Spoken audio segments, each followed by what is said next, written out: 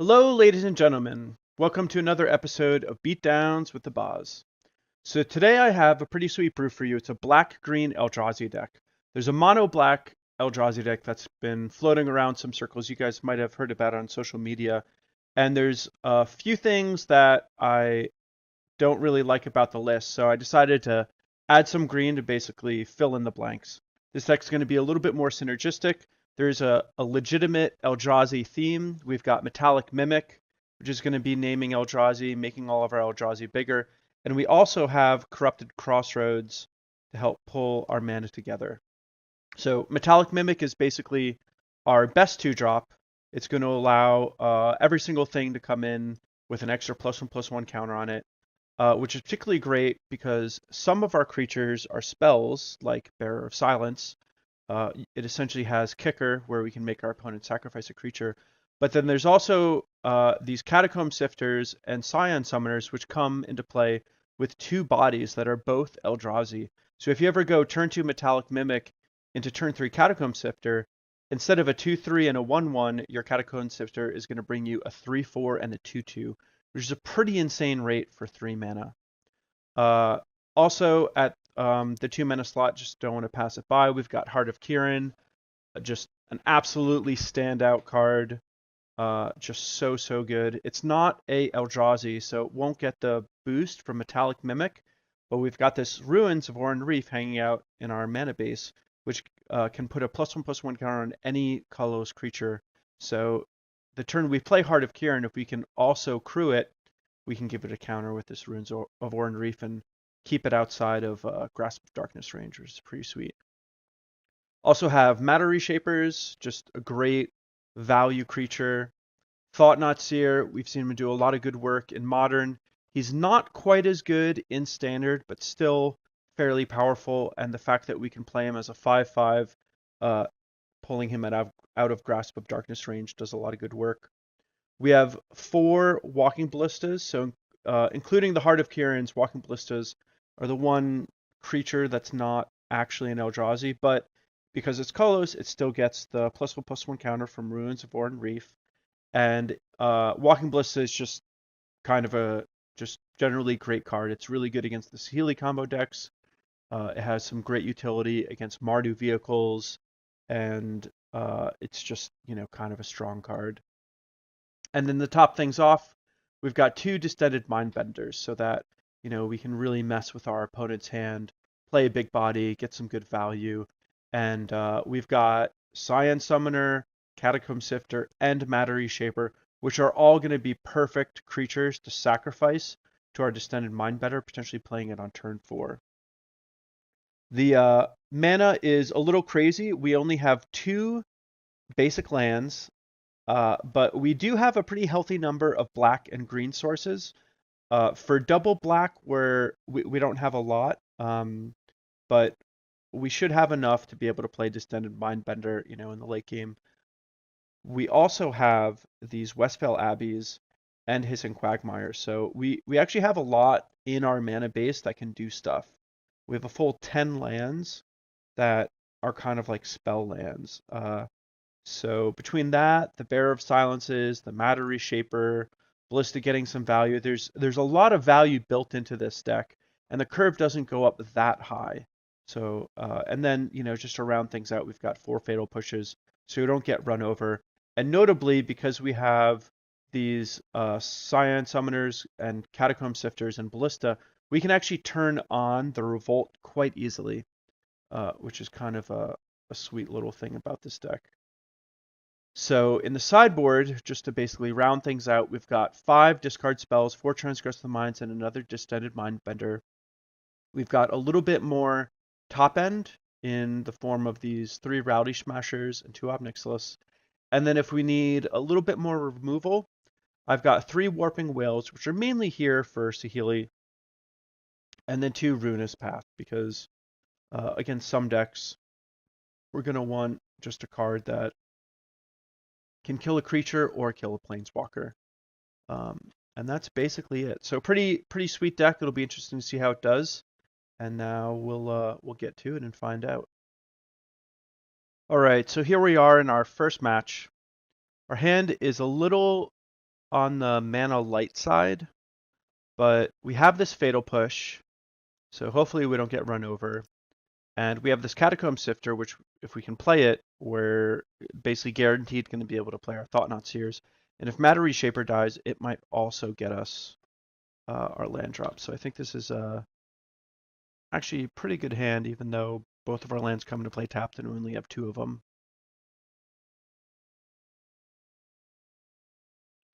So we'll have to see how things play out, but feel pretty good with this hand.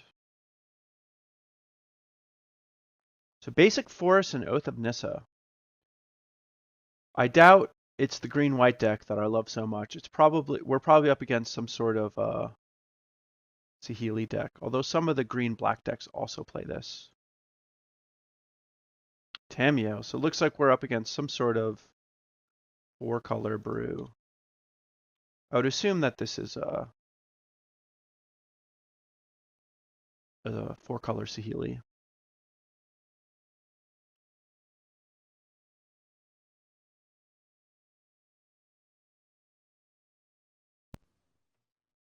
And that does indeed look like what we're up against, seeing this attuned with the Aether. They usually have Aether Hubs and Servant of the Conduits and Rogue Refiners and Whirler Virtuosos, so the energy theme ends up being pretty important for them.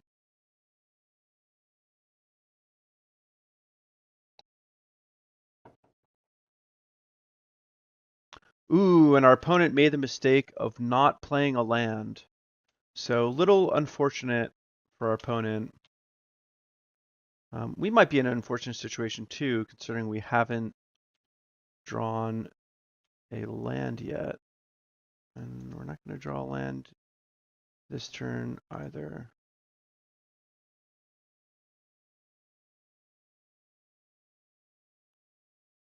So we do get to play something, which is nice, but not missing land drops is never fun. If our opponent does have a Saheeli, our opponent may think twice about playing it, because Heart of Kiran can be pretty threatening against it.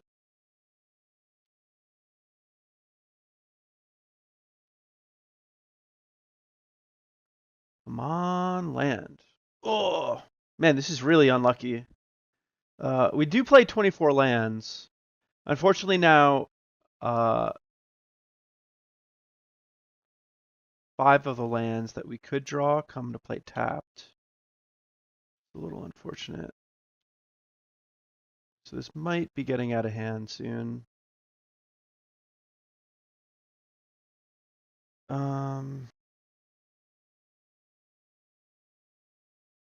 Feel like I'll get rid of a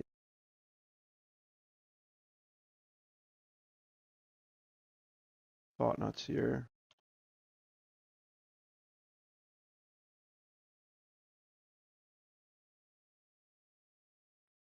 Depending on how this game goes, our opponent may not have much in hand by the time we get to finish playing out our cards.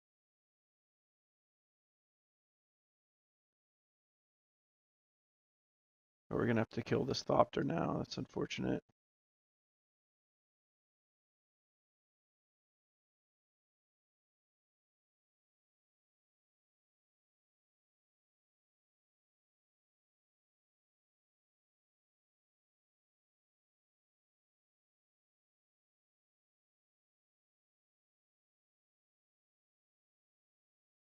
Oh, Tamiyo. Ooh, there we go.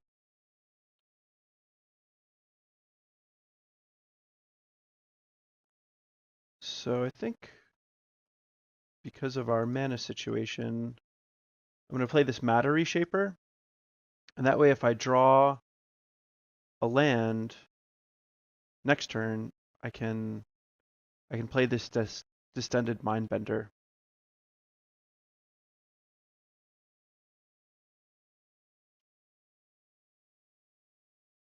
Our opponent can obviously just make a Thopter to block. I suppose there's also a chance he may not. Our opponent could just take it, let the Tamiyo. Yeah. This is a pretty good play on our opponent's part.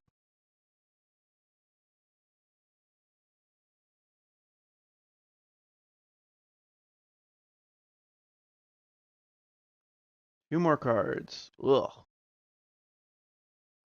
Not feeling good about this. No siree.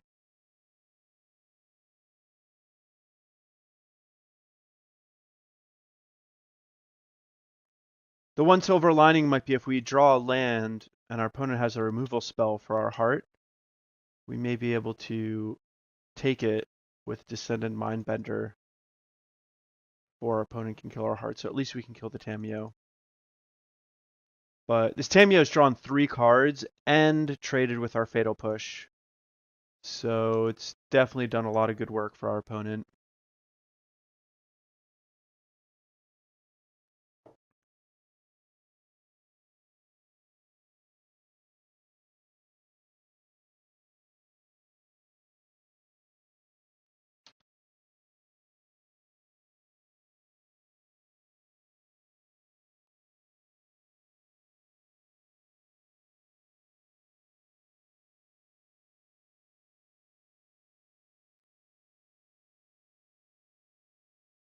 And our opponent would basically have to draw like mono lands from here on out, but we do have a fair bit of value in our deck, and our creatures are going to be better than our opponents, generally speaking. So if our Distended Mindbender can hit something good,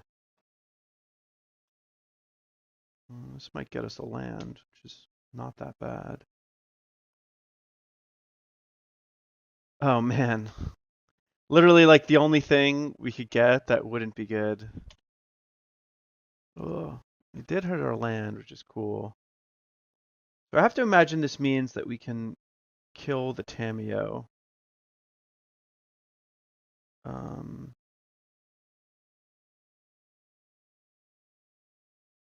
so that's cool at least.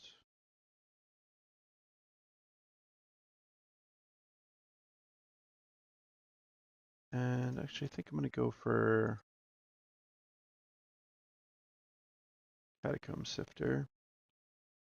Hopefully we're not just like dead on the upcoming turn. Our opponent's got 5 lands out, and you only need 6 to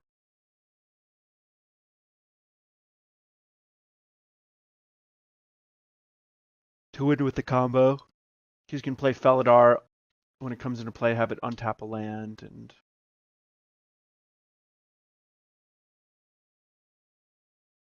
you all know the song and dance.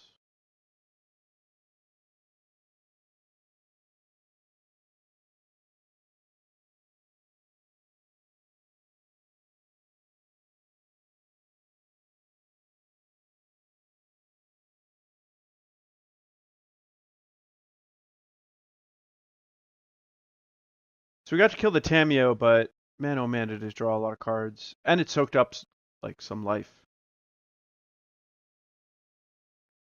Basically drew 3 cards, plus trading with our Fatal Push, and gained 8 life.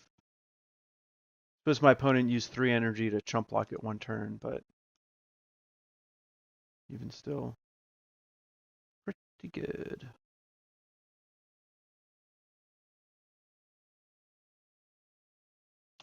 Wow, and we're not dead, so that's cool.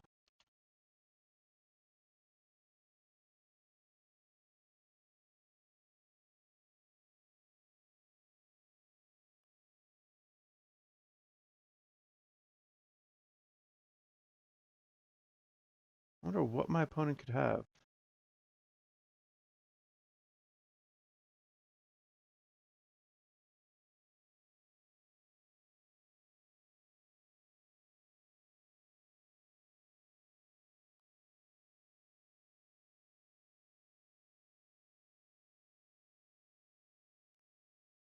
So let's see.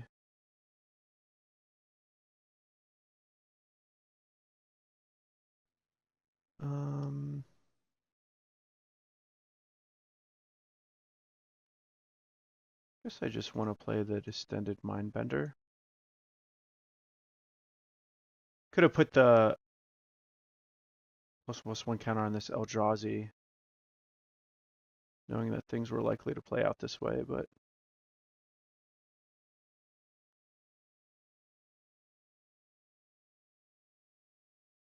I feel like I'm not going to die from loss of life at this point. Oh wait, no, I can't. This is not a devoid spell.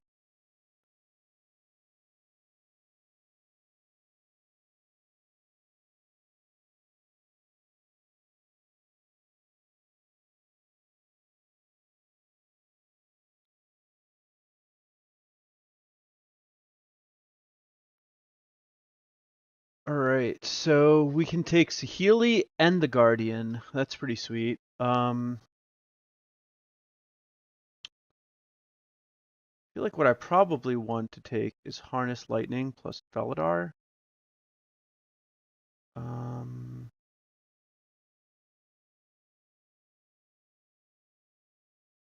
Yeah. Still have the Thoughtnot Seer to play next turn. Yeah, I'm just gonna take Saheeli and Felidar. That's a pretty good one though. I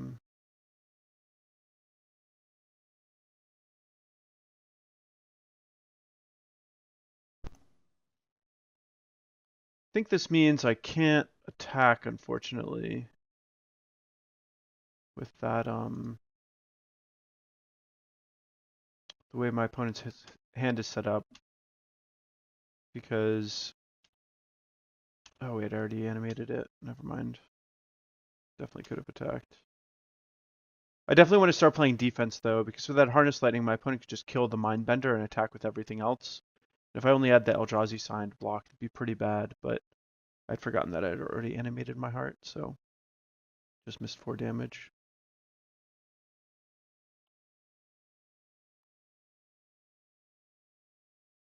Hopefully my opponent can't make any attacks this turn, because he would need 2.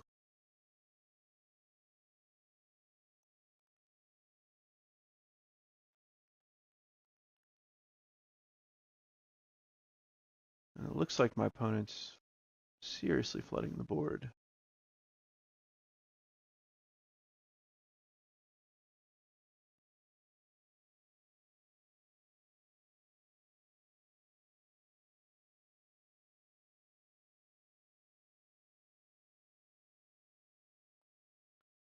So I believe I know 3 of the cards in my opponent's hand. Alright, we are hitting land drops, which is just what we want. I wonder if I could attack with the Mindbender. So I might get a bit more of a favorable trade. Definitely going to play the 2 servants.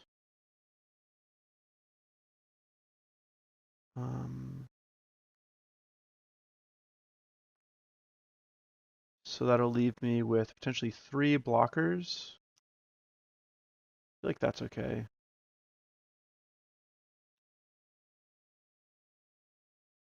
Maybe 4.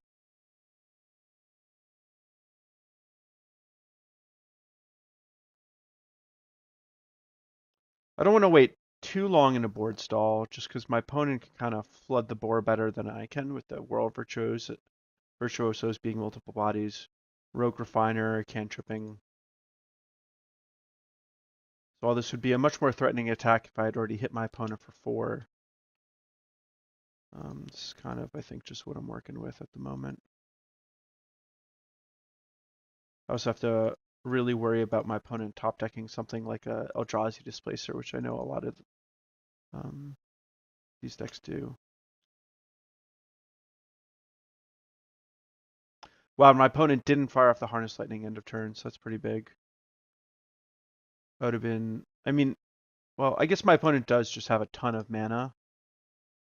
There's not that much of a loss to just wait to see what my opponent draws. But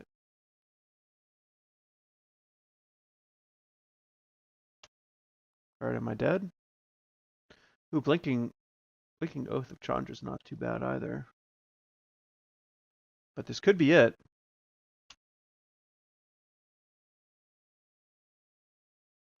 Saheeli entered the revealed card zone. Unfortunate. And we are toast.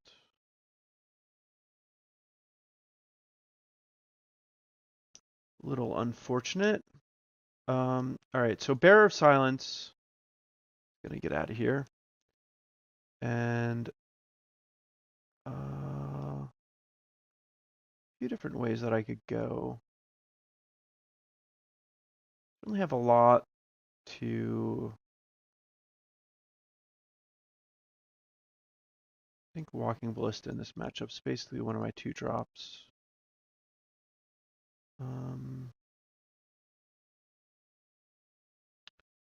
I want these Ob Nixilises. And probably 2 of these Warping Wails. The Warping Wails obviously only deal with the Felidar. But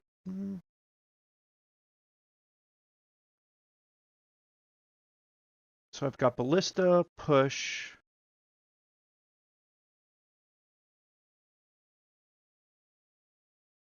Maybe Ruinous Path is just better.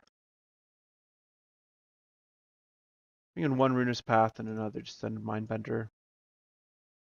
It's a little heavy on the black, but I think it's worth it. Just gonna make it so we can grind our opponent out pretty effectively. Also having a lot of pressure.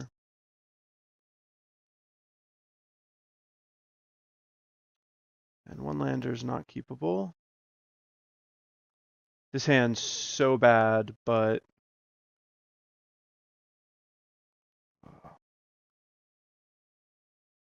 think we just have to mulligan. I mean, it's just basically all lands. I'll keep this. Wow, and our opponent has joined us at 5. So I think I actually just want lands and creatures. Even though Fatal Push is kind of a good card, I don't think it's what I need for this draw right now, especially considering I already have 1.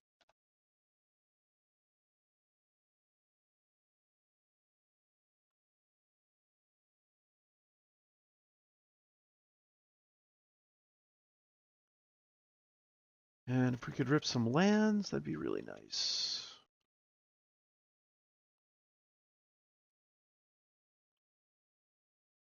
Two lands in a row would just be so great right now. Preferably of the untapped variety.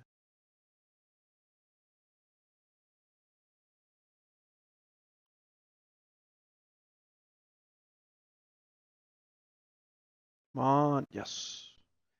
We did it.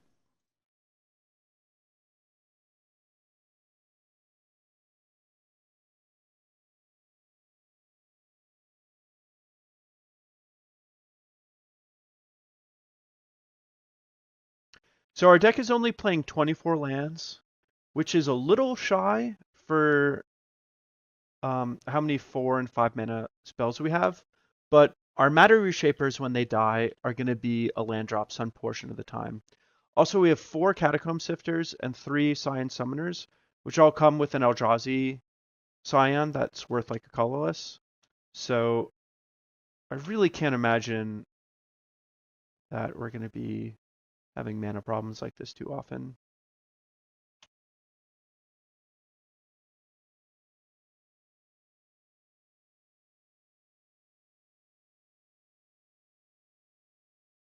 Come on, land. So our opponent doesn't do anything here. Yeah, I just assume our opponent has Harness Lightning. So I think I've got a free attack here.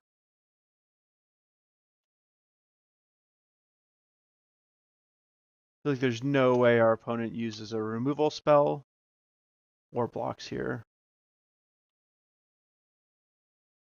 And that is good for us. Oh yes. Oh wait, we don't have double black. Oh man, I keep making mistakes like this.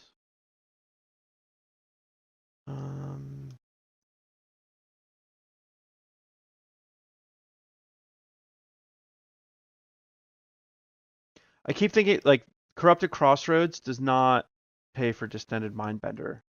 Distended Mindbender does not have Devoid. Just super annoying.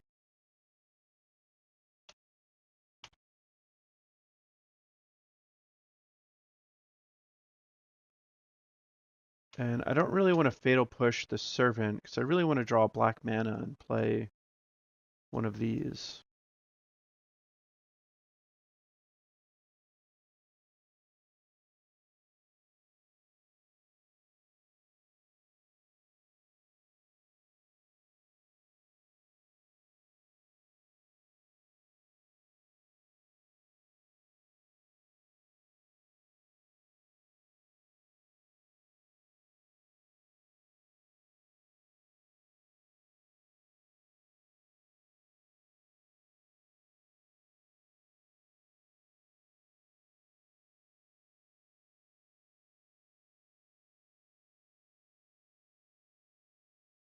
Man, super.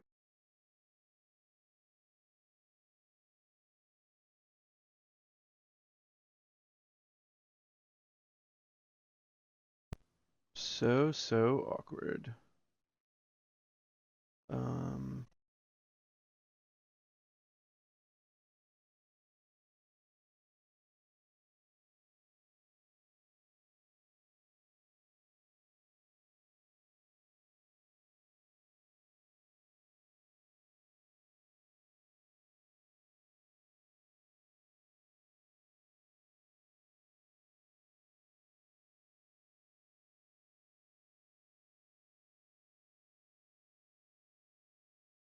So black mana would be super, super nice.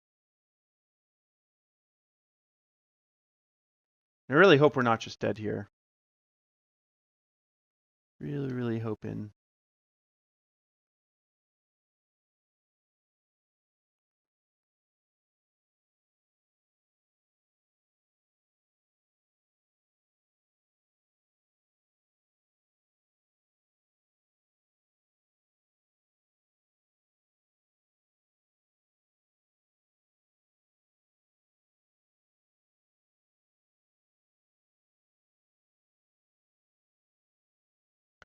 Well, that can't be a good sign. If our opponent only attacks with the Thopters, then I can crew the heart. If my opponent has Harness Lightning, so be it. But, oh, could this be Tamiyo tapping my guys down? Ooh, Brawl's Expertise. Jeez. Well, that's really bad. And a Chandra. Oh my dear lord. Well, I am likely toast. Man, Brawl's Expertise is nice. It takes 6 to go to 4. I'm just totally dead. So dead. There's just no way that I can win.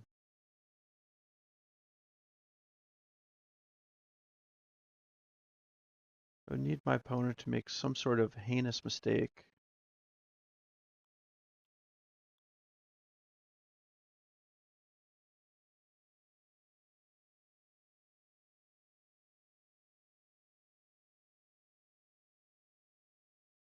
So what would need to happen is for my opponent to not deal damage to me with Chandra. Really wanted him to not attack with everything.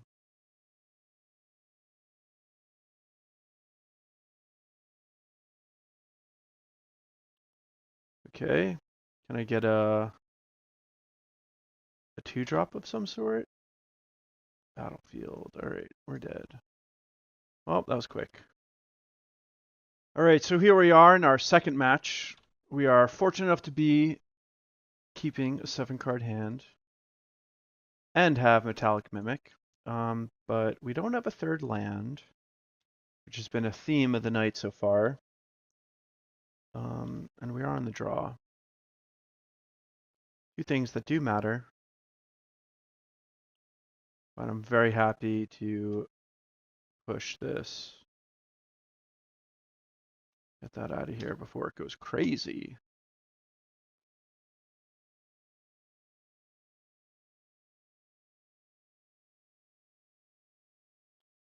And maybe we'll be able to actually do some things this game.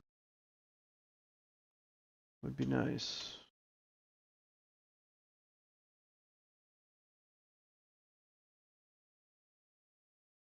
So unfortunately, as a 2/1, this Metallic Mimic is actually pretty bad in this matchup. X1s are not really where you want to be against a deck with Walking Ballista, especially as the games start to go longer.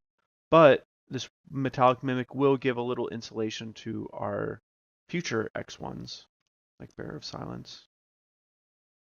So the way I'm likely to play this out, though, is just to play Heart of Kiran next turn with this Hissing Quagmire, and hopefully hit a land drop and play this Bearer of Silence kicked with the extra cost. Kicker is like a term that function just like Bearer of Silence does with the additional cost from Zendikar and World Wake. It's like the key mechanic.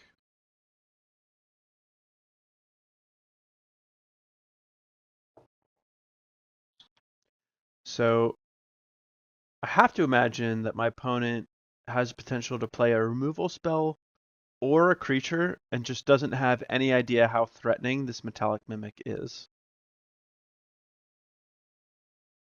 And to be fair, it's not too threatening right now. I'm not going to explode onto the board the way I'd really like to. There's a chance that our opponent's just actually online searching for our deck list. We are in one of the competitive leagues, not like one of the friendly leagues, so I am basically throwing myself into the deep end of the pool with this deck, even though this is essentially the maiden voyage. Oh, there we go. Wow, my opponent tanks forever and just decides to do it. All right. Ooh, Blossoming Marsh.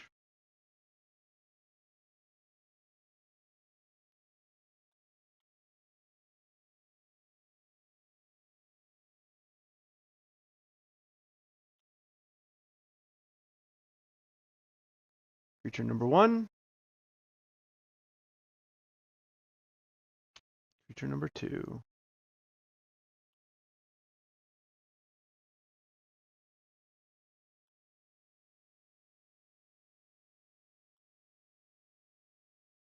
And I'm inclined to try to play defense against the Glintsleeve Siphoner, but our opponent's deck has quite a bit of removal, and I just don't think it's actually going to work out that well. So I'd rather just put the pressure on and start trying to race.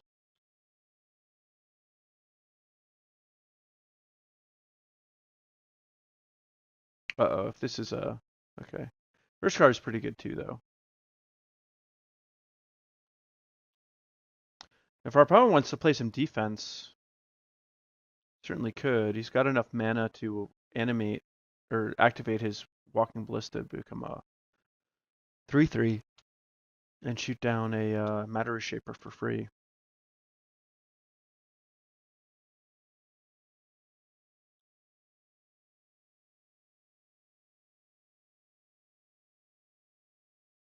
So I think I want to start by just attacking.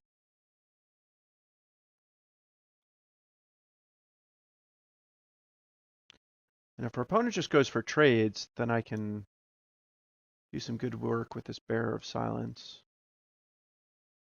But depending on my opponent's hand, there's a chance my opponent might just choose to take it. If I play Bearer of Silence, just killing Rishkar isn't that great. I mean, it's decent, but it's not that great. I also feel like our opponent may not have anything really great in hand, since the turn was just Rishkar and a Tune. If our opponent had a Gearhulk, there's a good chance it would have just been played. It would have been such a more powerful hand. Definitely put that on the battlefield. And I think I would like to get rid of either of my opponent's things.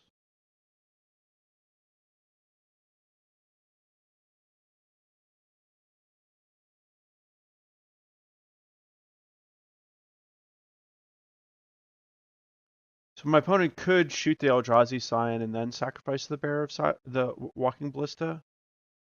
But okay, well now I get a scry. Put that on the bottom.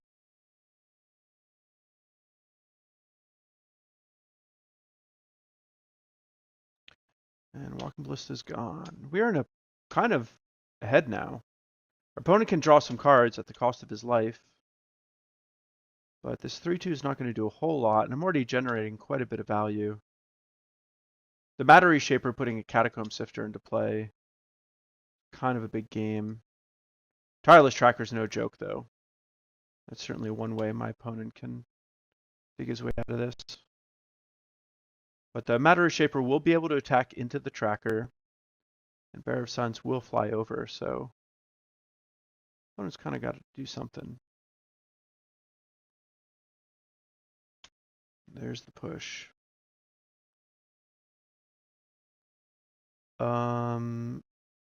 Sure. Ooh, I actually forgot to play my Blooming Marsh last turn.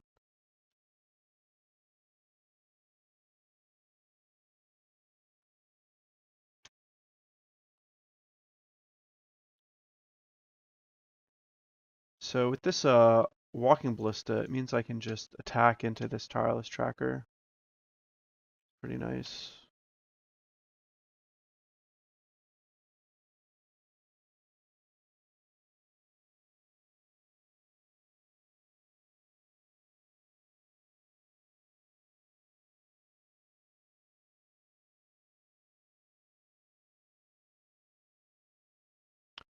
And our opponent is definitely winning the card advantage war, but we still have a little bit more pressure than him and or her.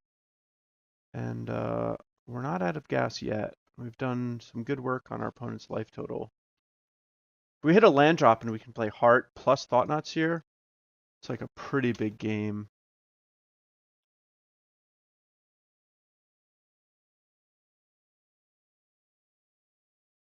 I have to imagine our opponent's going to play most of what he or she has in their hand.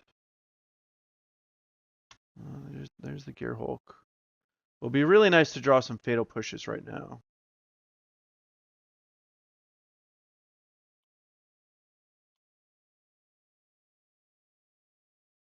In this game, this game could get pretty dicey from here on out. So we definitely wanted a land, so that's good.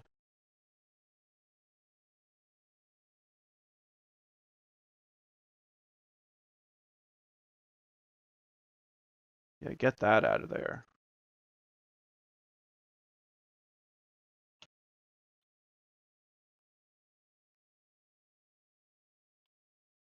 So if our opponent doesn't top deck our removal spell, I think we can at least live through this turn and get some trades, along with one chump block.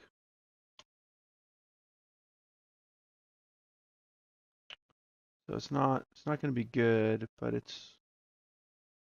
could be worse. So let's see here. I can have Matter Reshaper block, Quagmire, Thoughtnot Seer, animate. Yeah, so I'm hoping my opponent doesn't have a push.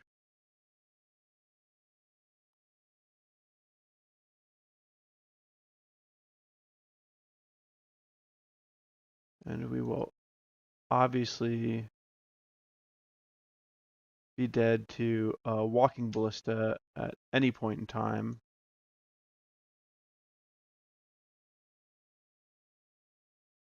That's just the way it's going to go.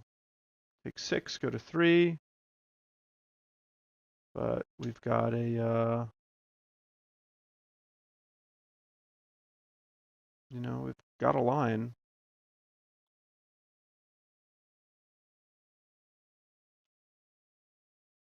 Ooh, Distended Mindbender's not really what we need right now. unfortunately.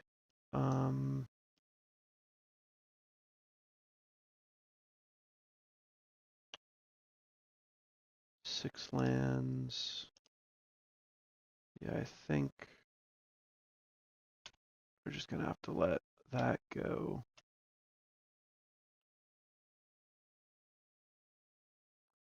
Oh, wow. I totally just missed an onboard kill. So focus on playing defense. Well, I definitely deserve to lose this one. Without a doubt.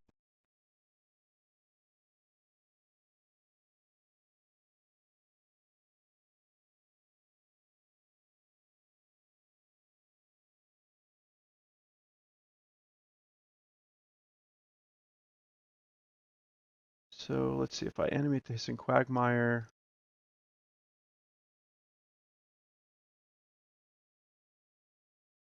I can trade with both.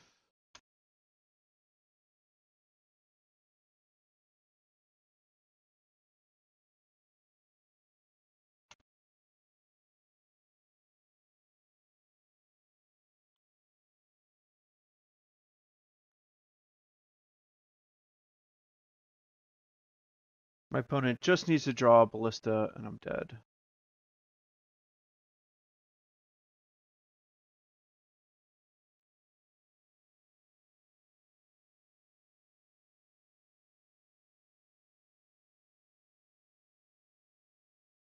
Gearhulk would be pretty good.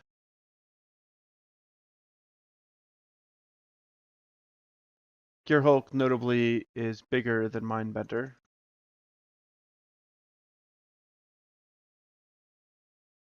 And it would trample over for Xaxes to kill us.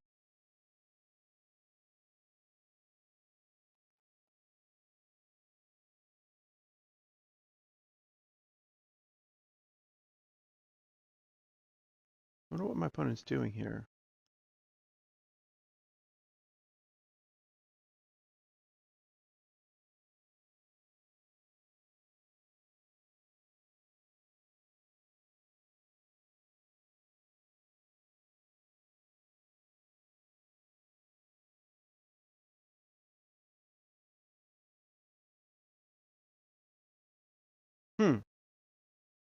Well, this is totally bizarre. I wonder if my opponent thinks that there's some life gain card that I could play.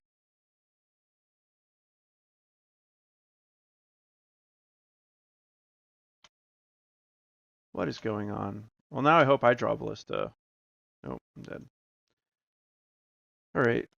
Well, I certainly deserve to lose that one because I missed an onboard kill. But this is unfortunately the world that we live in at the moment. I'm going to be taking out the Metallic Mimics and bringing in these two Ob Nixilis and these two Ruinous Path so that I'm just much better in the mid-range grindy mirror. Just be able to kill more stuff while playing a bunch of stuff that is kind of difficult to one for one because Heart of Kiran has Pseudo Evasion, Bear of Silence, Scion Summoner, and Catacomb Sifter. Matter Reshaper all have some good value that they come with, as does Thoughtnot Seer. So kind of disconcerting that I had Distended Mindbender that game and it did so little because I was basically behind on the board and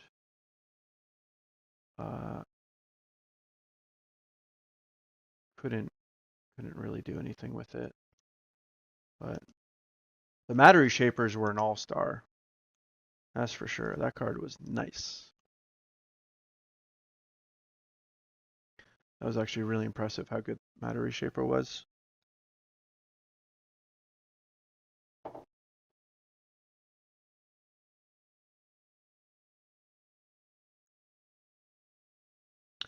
Yeah, Matter Reshaper into Matter Reshaper gave me a chance to win that game if I'd seen the lethal attack, but I knew I didn't have the lethal attack before I got their Matter Reshaper, and I just didn't reconsider. And the double black can be a little bit of an issue with our deck, but these cards are so good, and we have 4, 6, 10, 14, 15 sources. No, that's not right. All right, anyway. I do get to be on the play, which is nice. And this hand's nice. If we can draw another land, it's perfect.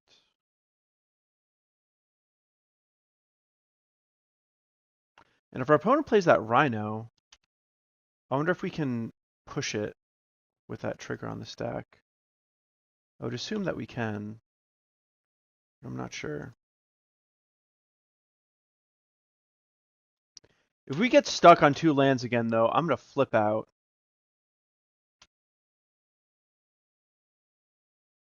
Wow. No justice in this world. Just none. Not even tapped land. I would have loved a Hissing Quagmire. Wow, another?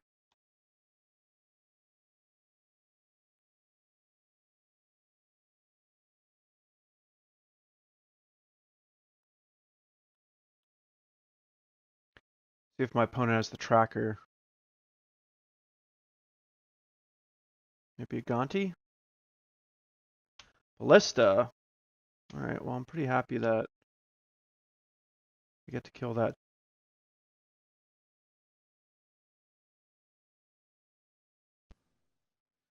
So, actually, I think I actually just want to play a thing.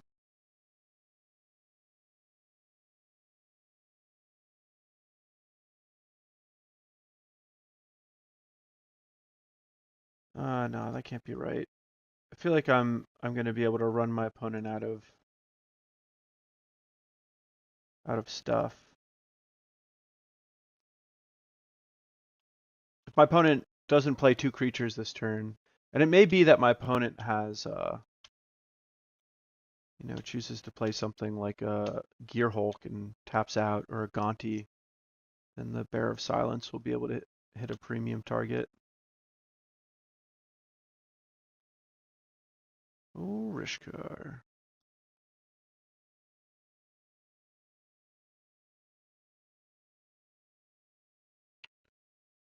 So I guess I just do this. Just stay the course of kill everything.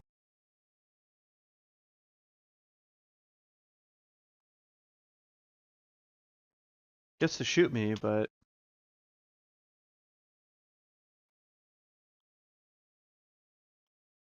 it's not too bad because I like the Walking Ballistas are potentially worth quite a bit of card advantage. And with the way that I played this out, my opponent may just have a bunch of removal in hand. And that means Bear of Silence is going to hit something good.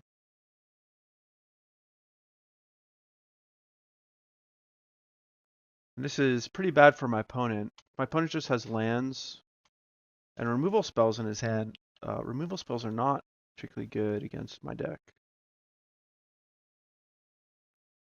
It's like, sure, you can push my guy, but my opponent just plays a Gear Hulk here. Obviously, it's pretty bad for me, but and my opponent just doesn't have access to that stuff. So I think that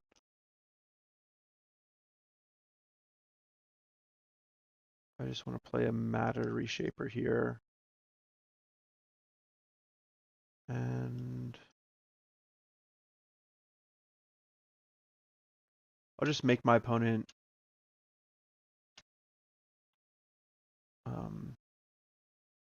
either use the removal spell now. She chooses to do so. What do we hit? I guess I want that in my hand. Oh, no, my ruins. No, too late. Man, I'm really bad at this stuff. Now if my opponent gets a Gear Hulk, it's a huge disaster.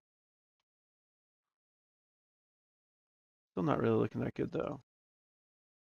Starting to run out of life.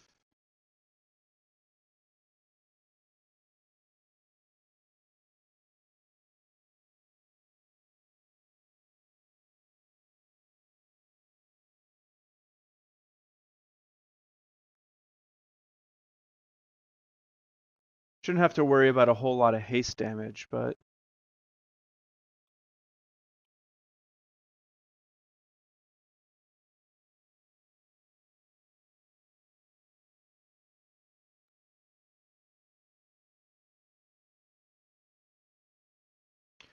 and this is a good time for Catacomb Sifter,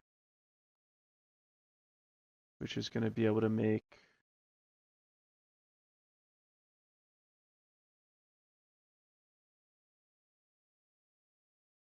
going to allow me to scry, and I'm going to be able to get 2 blockers.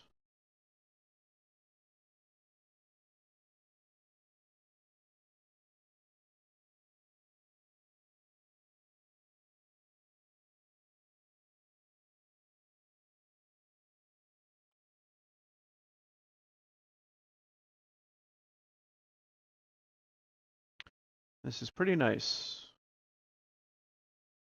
Sure.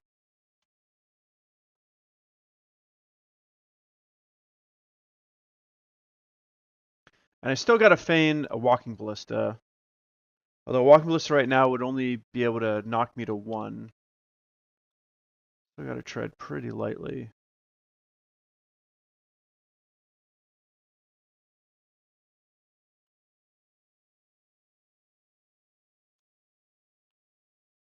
And I actually don't even want to play another Catacomb Sifter or Summoner if I don't have to.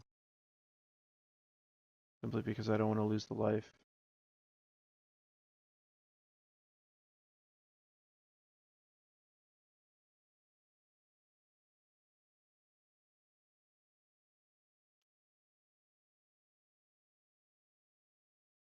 And luckily that Matter Reshaper meant I didn't have to.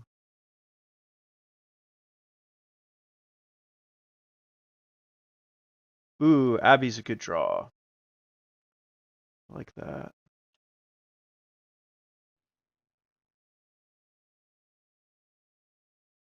And let's see, my opponent has 1 card in hand. And I'm going to play Bearer of Silence this turn. So if I attack with both and my opponent goes to 8, that means next turn I'll have a lethal attack. If I only attack for 5, my Bearer of Silence will come in as a 4/4, 4/7/9. No, I can just attack with the Reshaper. And present a potentially lethal attack next turn. Come on. Yeah, Quagmire. There we go.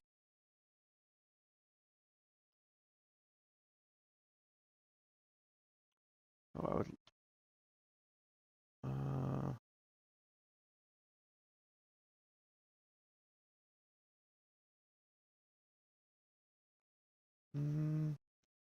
So given my hand specifically, I actually want to put this on the top just so I can play a Sky Summoner.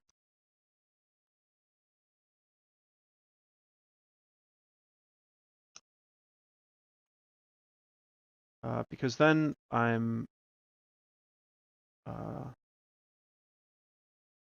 at 5 creatures and I can flip my Abbey.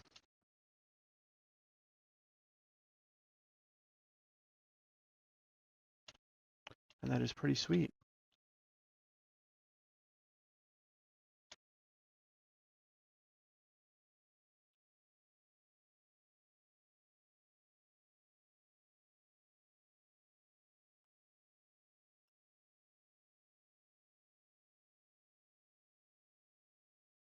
One, two, three, 4, 5, 6, 7, 8. No, 7. So, oh man, I'm 1 creature short.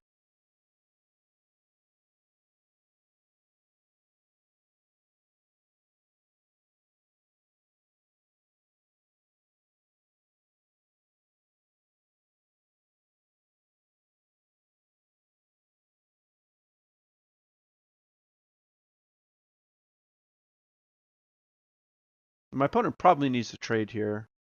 I would, oh, I guess not.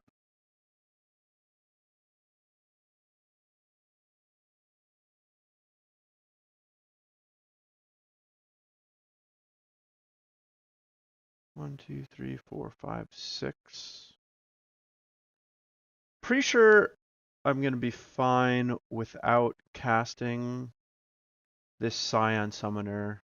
My opponent will be able to crack a clue and then draw. And if my opponent draws Ballista, and I tapped this Corrupted Crossroads for mana, then I'm dead. But odds are pretty good that my opponent doesn't. Although, how likely am I going to win here?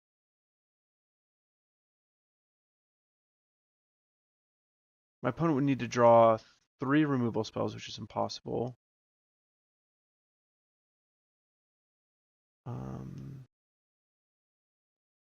My opponent drew 2 removal spells and attacked, and had a land to crack a clue, so I had to chump block the Tireless Tracker. I wouldn't actually have lethal. So I think I'm just not going to play around the Ballista for this one turn. Just hope my opponent doesn't draw it.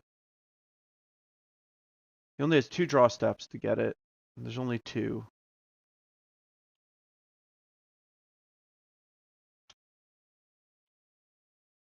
So it's like 1 in 20, and he's got 2 shots.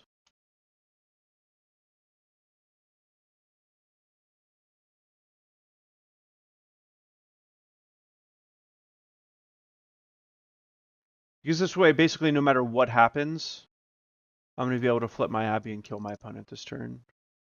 So, all right. We win. That was exciting.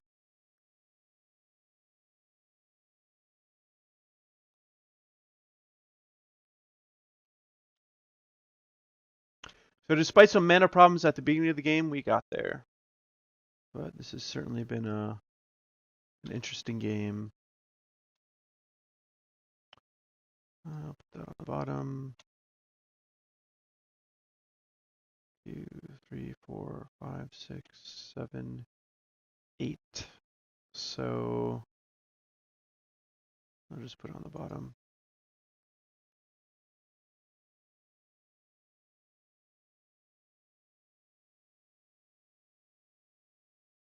1, 2, 3, 4, 5.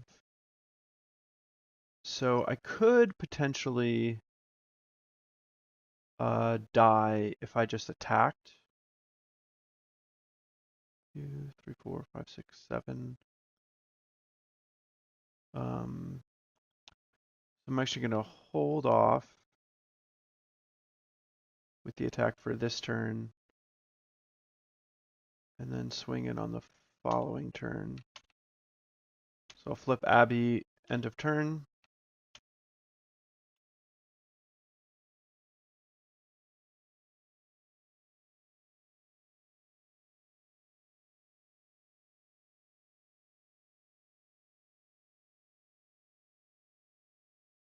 Oh, another actually way I could have done it is just attack with everything, and then sacrifice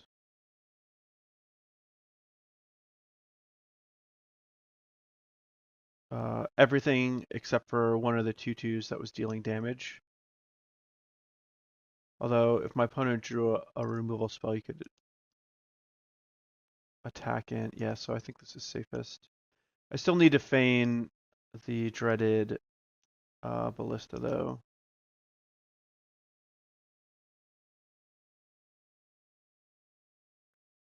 Now land Ballista kills me. Oh, land Ballista still kills me.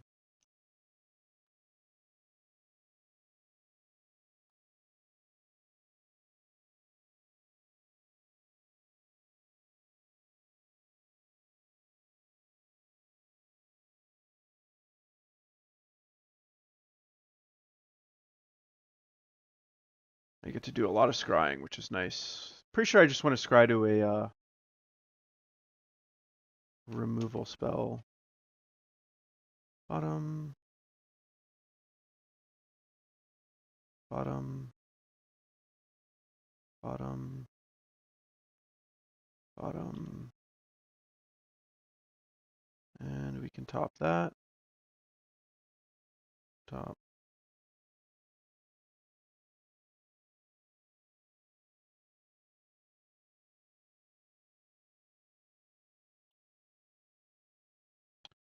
And now we should be all set.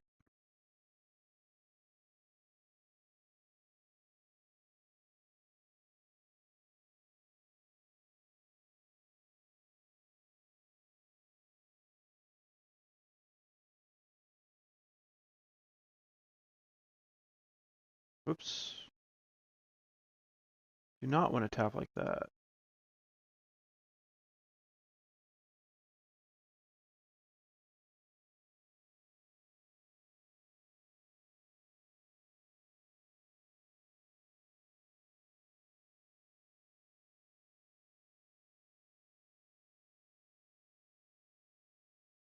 This is pretty sweet.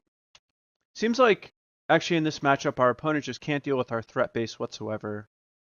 Between all the Eldrazi,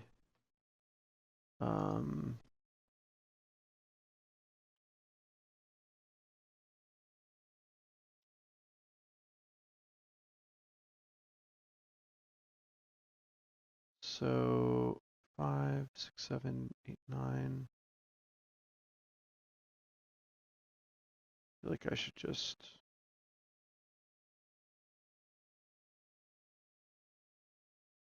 do this now. But yeah, I feel like our opponent just doesn't actually have an answer for our threat base. Their creatures have so much come to play value, and then there's Ormendahl. So the Distended Mindbenders might not be completely necessary, but I think they're probably good enough. I think I'm just going to put 2 of the Mimics back in.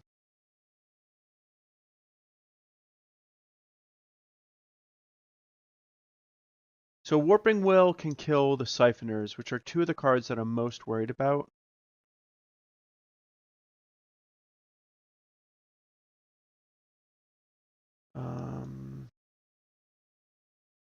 Doesn't really kill anything else though, which is, yeah. Let's have the 2 Mimics. Keep our curve a little faster, and the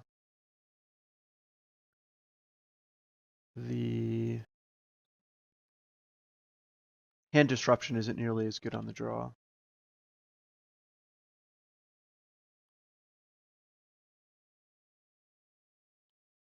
So with this hand, we do have a Ballista that we can play in case our opponent plays a Siphoner. So that's really lucky for us.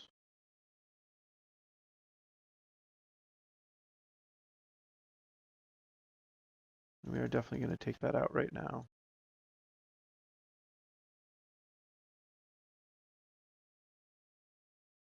As there's a good chance on this upcoming turn, we can Mimic Fatal Push, or Mimic and put a counter on it. But it actually looks like we're probably just going to kill this tracker.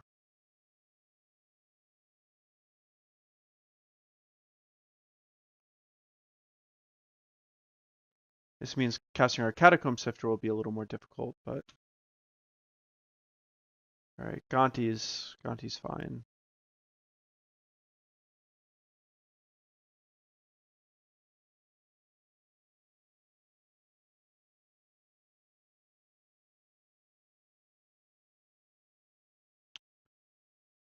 So what do I want to do?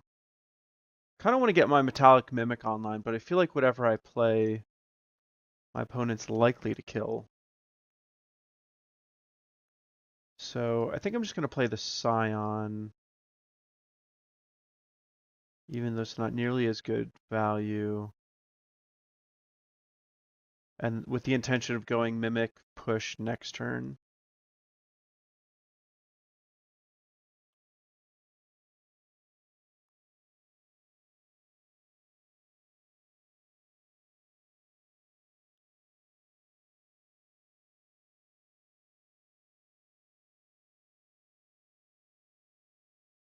Ooh, Rishkar. I love me a good Rishkar.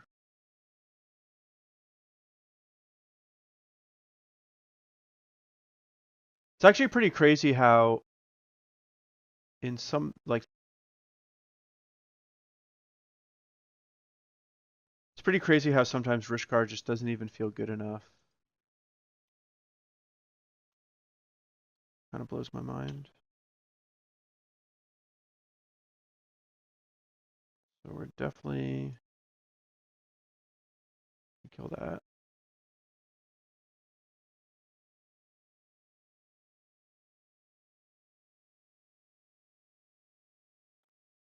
And that's it. Depending on how things go, we may try to Thoughtnot Seer our opponent next turn. Could have done it this turn, but then our opponent gets an extra card, just no good.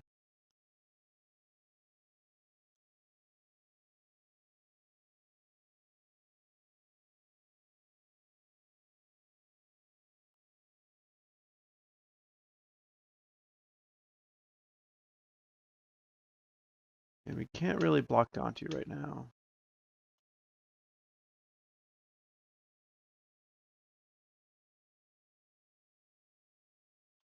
Is our opponent flooding out?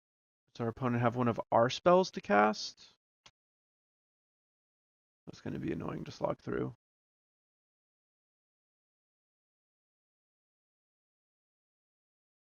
Ooh, Matter Reshaper. Matter Reshaper is a good one.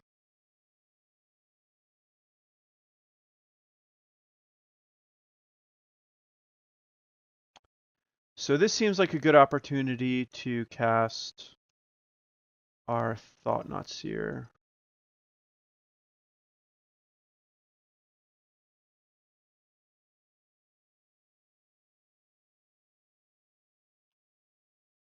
Oh yeah, get that out of here. Absolutely. And if we can start playing these Catacomb Sifters with the Mimic in play, that's going to be pretty nice. And I have to imagine if our opponent has a removal spell, we'll probably try to use it on our Thoughtnot Seer. So Gantu will be able to get an attack in, but then we can play Catacomb Sifter, and we can actually make it a 4/5 with this, with these ruins. So I think things are looking pretty good for us. Proponent just rips a bunch of creatures and draws a bunch of extra cards with the Bestiary. Obviously things start to get out of hand. But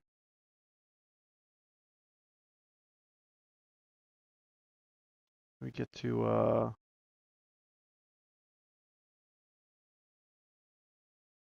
you know, start playing out a bunch of stuff, and we have Abbey. Do not have much time on our clock though. Have to play a little faster. So when is the point that I would want to flip Abbey? I don't want to be too far behind on the board. I don't really want to lose my Thoughtnot Seer. So probably just I'll play Catacomb Sifter this turn, and then maybe the next turn I'll Abbey. It's a Ballista. Certainly looks like it.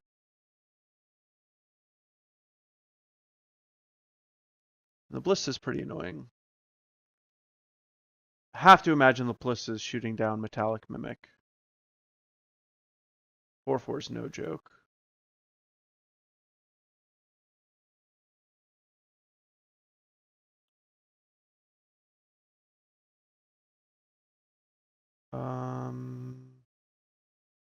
So I get to make mine a 2/2 or a 3/3. I could make it a 3/3. Guess I'll put it on top. Like a pretty good creature.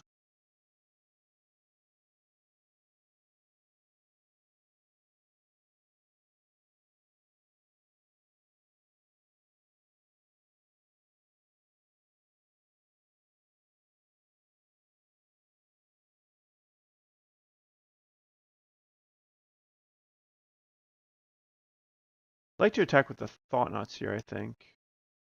But I kind of want to do this Ballista Song and Dance first.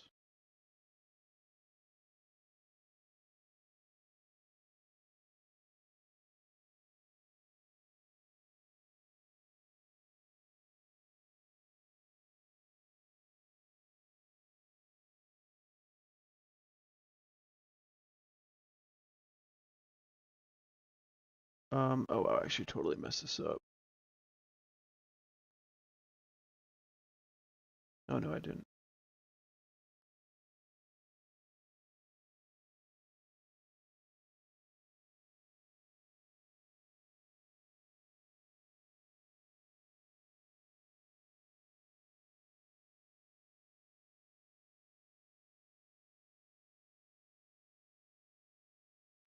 So I want mine to resolve.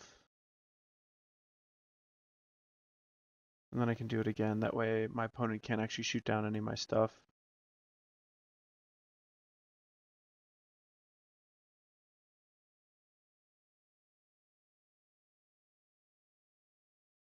So fine.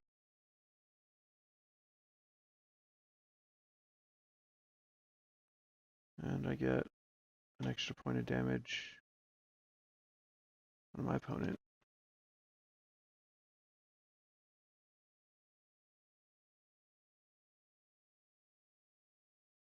Sure. And I believe I will just hold tight.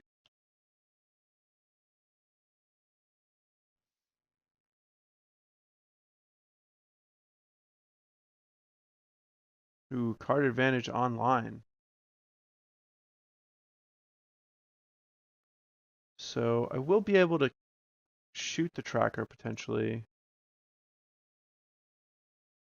But I'm like out of time.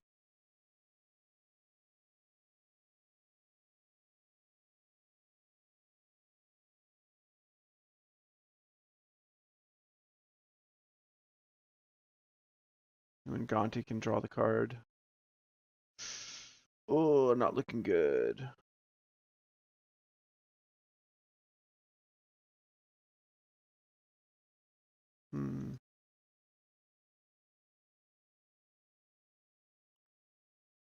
Maybe I should just try to make a sprint for Ormendahl.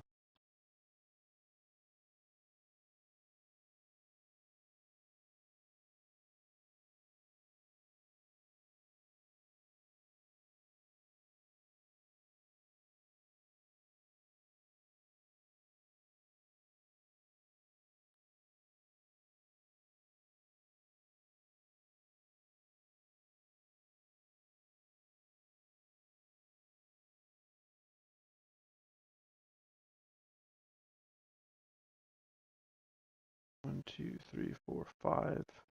So I actually need to play a land if I would want to flip.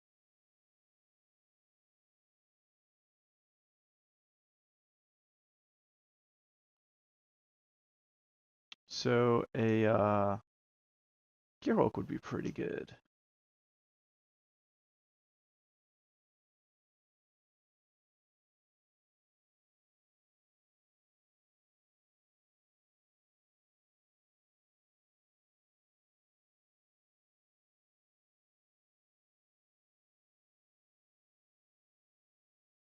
Uh-oh.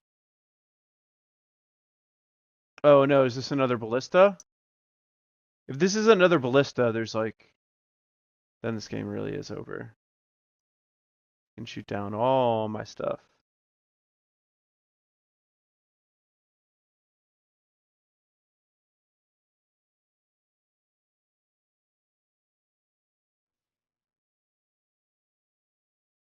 Yeah, alright, we're just gonna, well, the 5/5.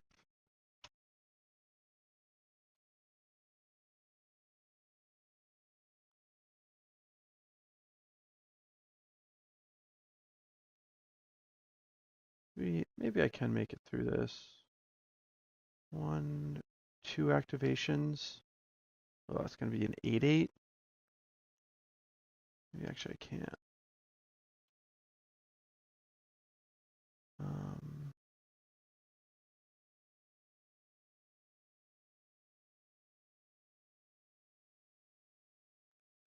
Oh, I can make a 3/3 Ballista and almost kill it, but not quite. Um,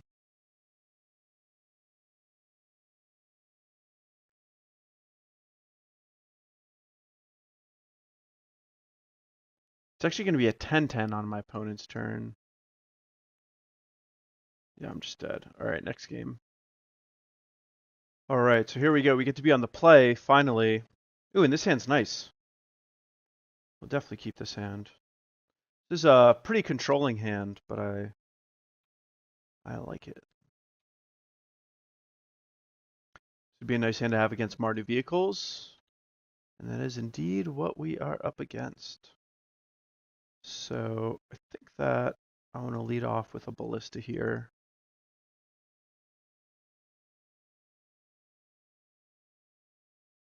Simply because it means next turn we can go Ballista plus push. And the turn after that, maybe we can just go Bear. To use our mana nice and efficiently.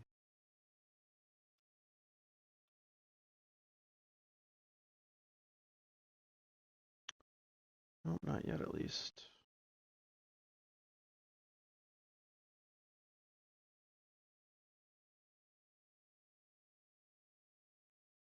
And I think I just want to push this now.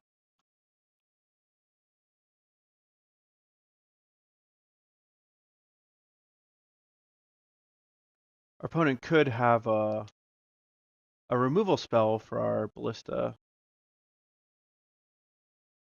but I think our opponent would have waited to go to combat anyway, so nothing would have been different.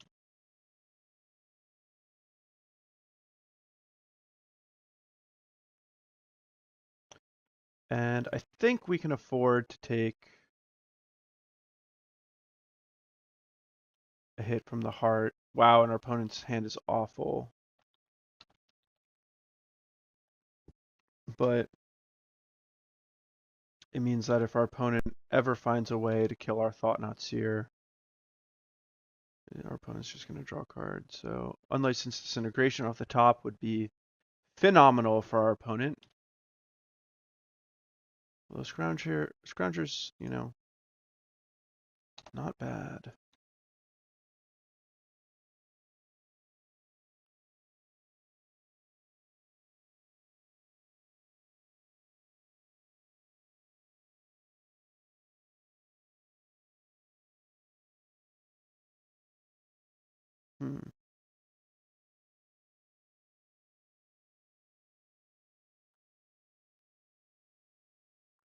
I think I do want to attack my opponent aggressively because of the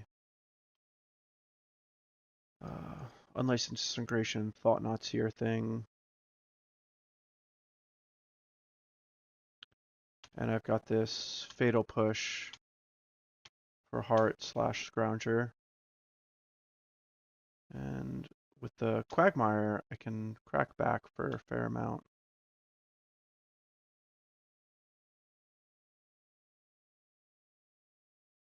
Wow, my opponent is Shambling Vent. That really changes the equation.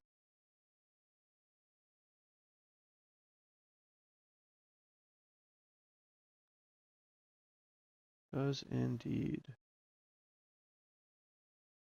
So this makes me almost want to not attack with my Hissing Quagmire. I doubt my opponent has a shock and is considering using on this Bear of Silence, because the Hissing Quagmire is such a better target.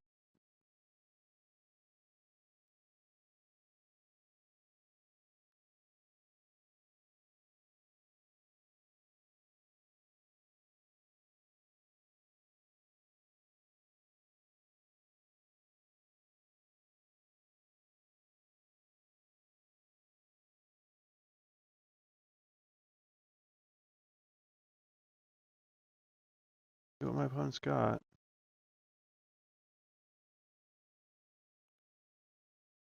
Ooh, what? Huh. That seems weird that my opponent would concede there. But okay. So I think that basically I just want to lower my curve. Warping Wail kills quite a few creatures. Take out the Mindbenders and probably one of the Thoughtnot Seers. I'll probably just bring in 2 Warping Wails. My deck is fairly synergistic, so I don't want to water it down too much. I think that's all I'm going to do. This hand is certainly serviceable.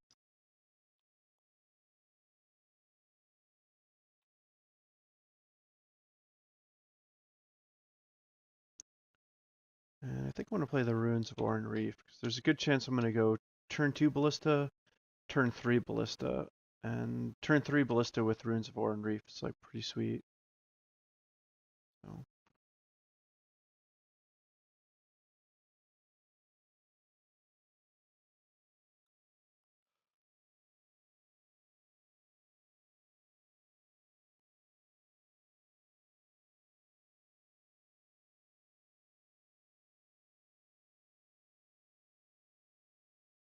I actually have some other pretty good options as well.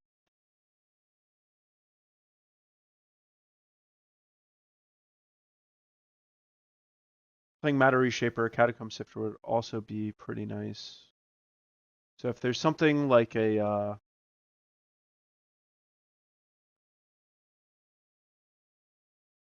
yeah, if there was something that I could actually play for some sort of value or kill for some sort of value, then I think I would do it. But I think as this goes, I think I'm just going to play the Matter Reshaper.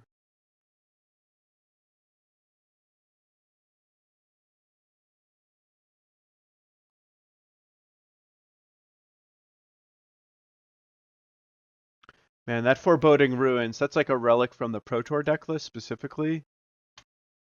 And I just don't think it's good. So our opponent probably thinks we're much bigger than we actually are.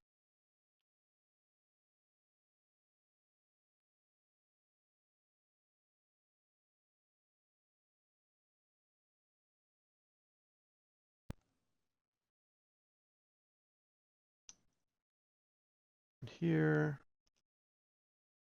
a few different options.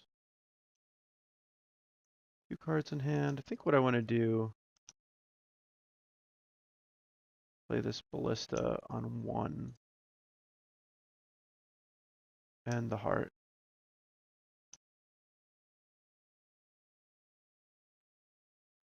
This way, if our opponent plays like a Veteran Motorist, we can still crew our Heart of Kiran and trade, even though it's a 2-for-1 deficit. And if our opponent activates the Needle Spires, we can kill it with Ballista also. This looks like our opponent has Unlicensed Disintegration, but unfortunately that's just the way it's going to have to go.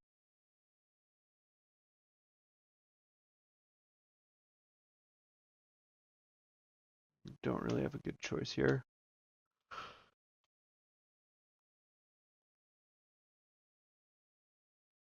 And if we had an untapped land, we'd play this Ballista as a 3/3 and potentially shoot down this Heart. But unfortunately, our opponent has a creature in the graveyard. We can't even just shoot down the Scrap Heap Scrounger for any value. Maybe we can fool our opponent.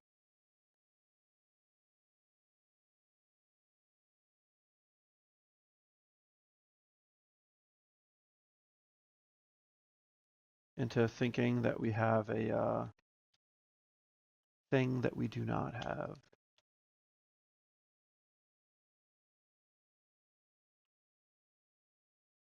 Maybe we could get him to play around a Fatal Push.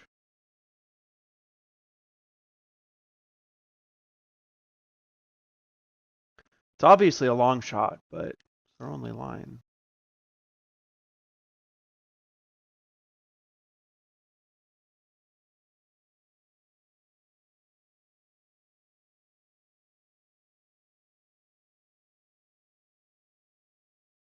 If our opponent 100% thinks we have Fatal Push, then attacking with just the Scrounger isn't unreasonable. No, we're dead.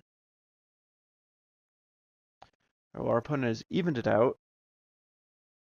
Now we will get our vengeance.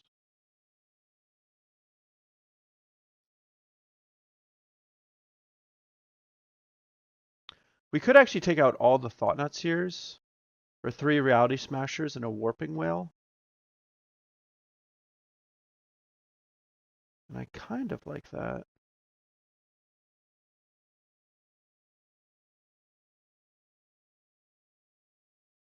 But I think it's better to keep the cheaper, more disruptive cards.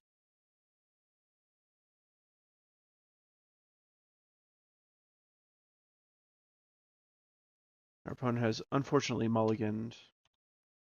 We have a very good hand.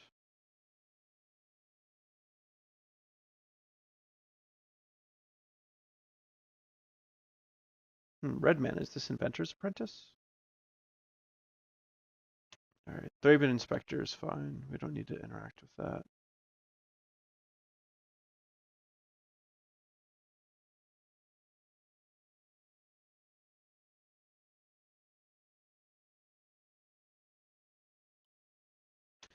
And if we can play this Catacomb Sifter on this upcoming turn, that would make me very happy.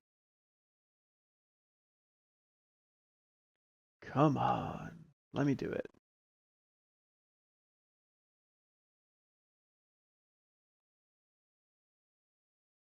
Ooh, we have got this game in the bag. Oh, yeah.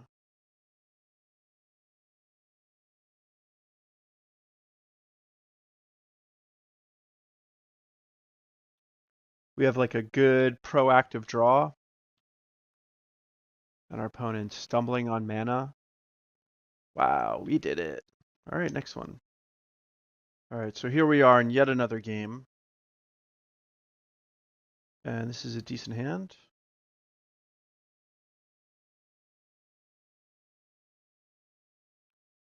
Get to go turn 1, push, turn 2, Ballista, and then turn 3, we just need to hit basically one more land and our whole hand is opened up because we've got these Scion Summoners.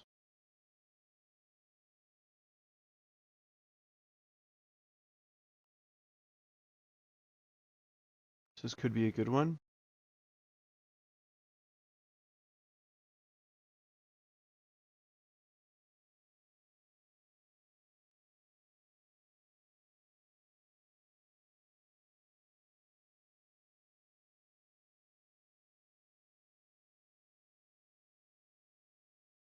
And Basic Mountain is something that we don't see too often. Maybe it's 4-color Saheeli. Could be Mardu. Could also be the red-blue Cathartic Reunion. Oh, nice. We got our land. Perfect. It could be the red-blue Prized Amalgam deck.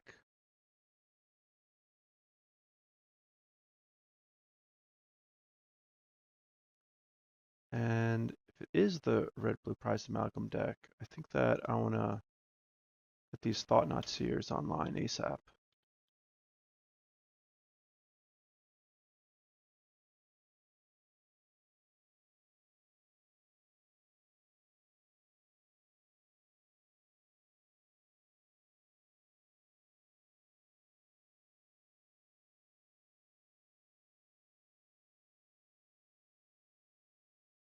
My opponent's deck basically revolves around recurring Prized Amalgam with these random scabs. So exiling stuff is pretty important. Wow, Ornithopter. Okay, I have no idea what we're up against. Wow, we're up against the Improvise deck. All right. I think I still want to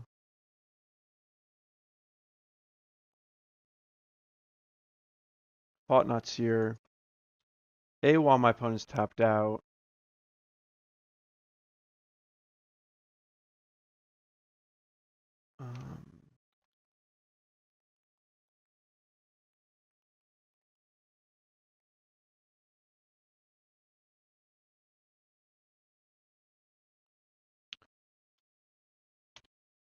And while my opponent still has cards in his hand. Those are both important things to do.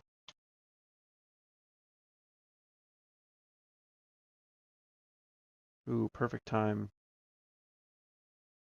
Getting that flyer out of my opponent's hand is kind of a big deal.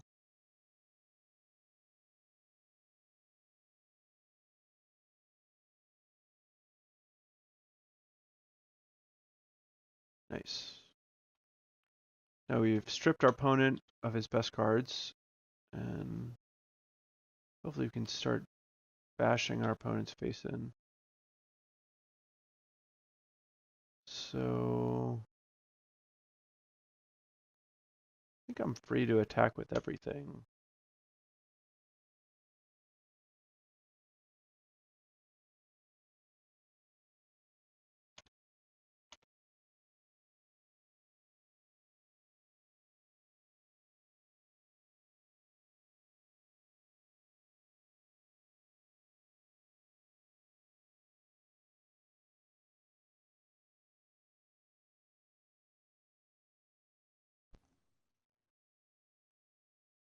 This is obviously quite good for me. But that combo is going to be bad for my opponent no matter what he did. And that is definitely the strength of Thoughtnot Seer, is those games where you can strip your opponent of their best cards and then win quickly. So I think my opponent's going to be playing out their hand fairly fast. I think I'm just going to take out these Mindbenders for 2 Ruinous Paths. I don't want to go as high as the Ob Nixilises. I'm not sure how much time I'll have for them. And I would guess that I have enough card advantage as is. So we'll just rock and roll like this.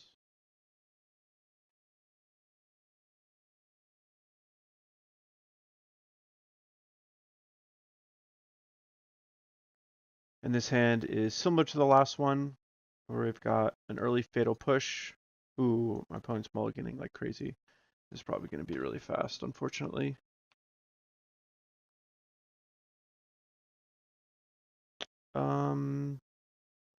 Well, I seem to have made a mistake and click through my turn.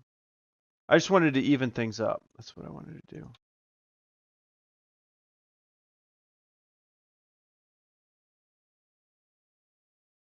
Wow, my opponent's Metallic Mimic too. I wonder if basically all... Yeah, I guess they're all Artificers. Well, that's nifty. I never thought of that.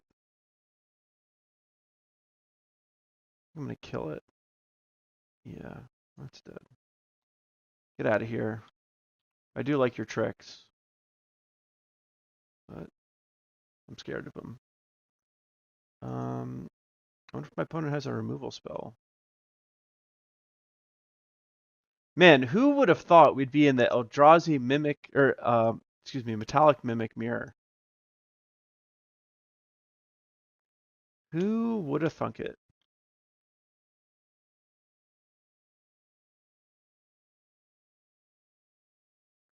And now this game is completely over.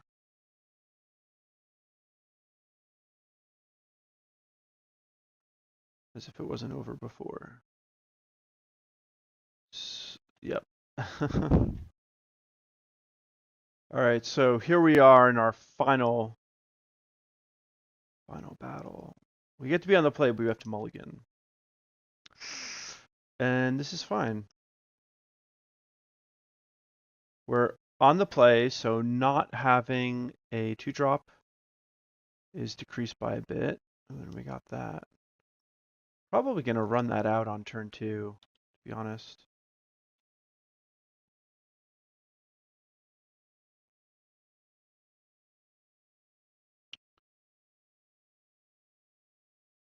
So, yeah, I think I just want to run it out. Having it get pushed is obviously not that great of a feeling, but I guess I'll just hold it, actually.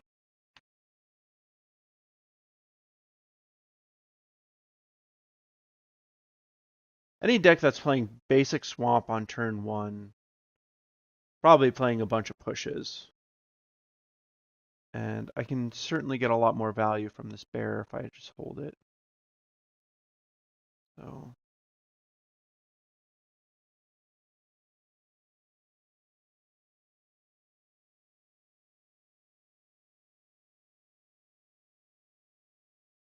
the one thing that's annoying though is there's a good chance that my opponent will have multiple creatures on the board when I finally do get a chance to cast this bear. That's a little unfortunate, but mostly just going to be feeling good that I can potentially go Catacomb Sifter into Mindbender. That's really nice. Oh wow, so maybe I will regret not playing this Bear of Silence. I wonder if we're against another improvised deck. Or if this is just some sort of black-blue control deck.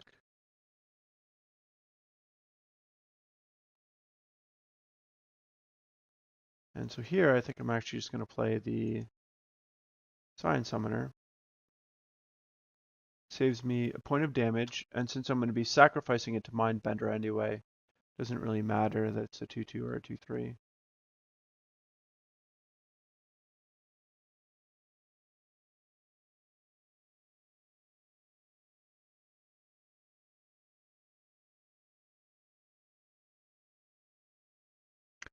So now the main question is going to be, do I attack with the Scion Summoner or just cast the Mindbender? If I attack with it, there's a chance that I provoke a removal spell.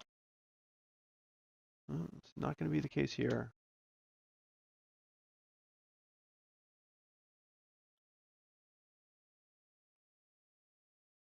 So this is going to be just great. I'm against a control deck, and I've got double Mindbender. Literally the perfect scenario. I have to imagine that there's a Tezzeret waiting in my opponent's hands.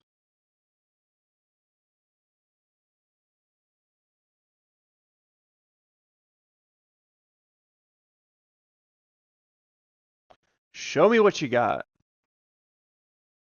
Show me what you're working with. What is this? Oh, wow, he's got the counter. Well, this is still fine because I still get the Mindbender effect.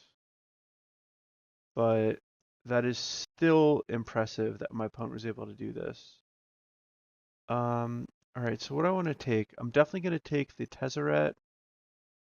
And then I guess the other thing I want is game's going to slow down.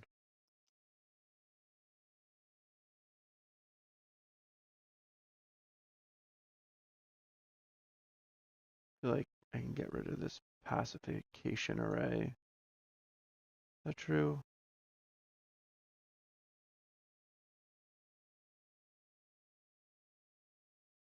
Because it synergizes.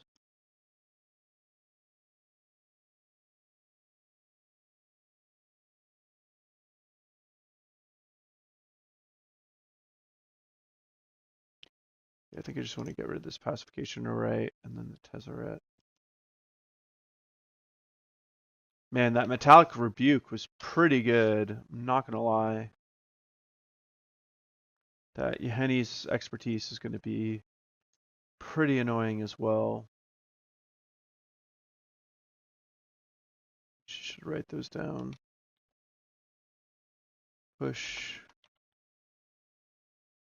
Yahenni's, and then there's 2 lands. There's just an island to swap, but might have been something else.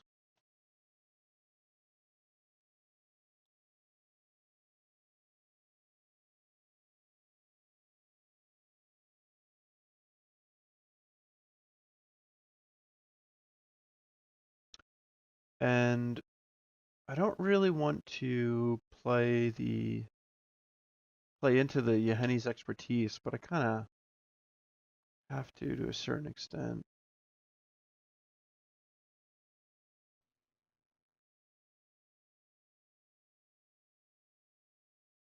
I think maybe I should just play the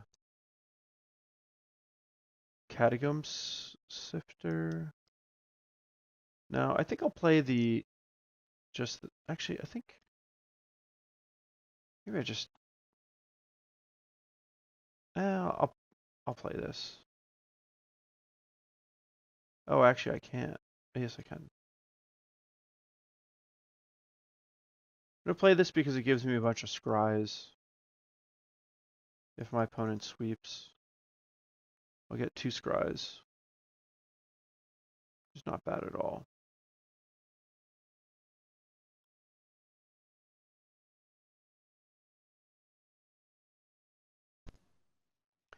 And when I scry, basically what I'm going to be looking for is another Catacomb Sifter or Scion Summoner or Matter Reshaper. Some sort of value creature.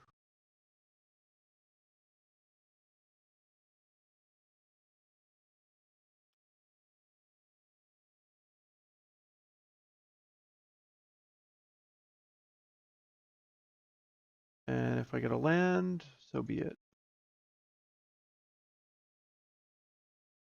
Then I just get to activate Westvale Abbey.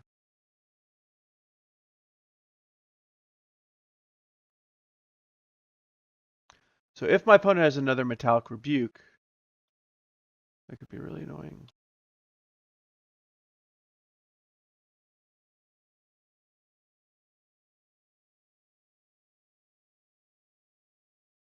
Come on, no Rebuke. Don't do it. Really? Oh my gosh. Brutal. Don't really want to play the Bear of Silence into the push that I know is there, because it's basically free for my opponent to kill the bear. And maybe my opponent plays something like a Kalidas that I need to worry about.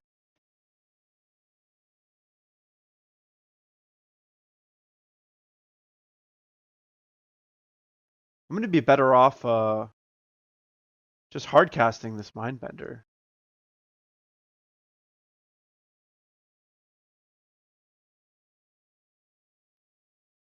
Wow, so actually to be fair, this pacification array is pretty good against Ormendahl. Fortunately, not good against the Westvale Abbey tokens.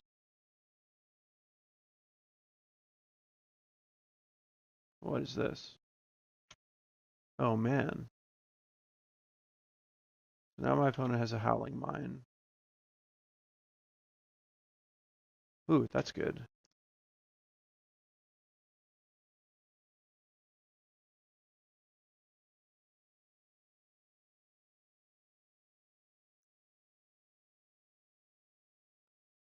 This will also be nice. Wow, does my opponent have another Metallic Rebuke? I don't believe it. Can't use Fatal Push now. Wow, push, negate. What can he negate in my deck? I have my own pushes. I guess I'll just take this push. And I think I just want to play this at this point.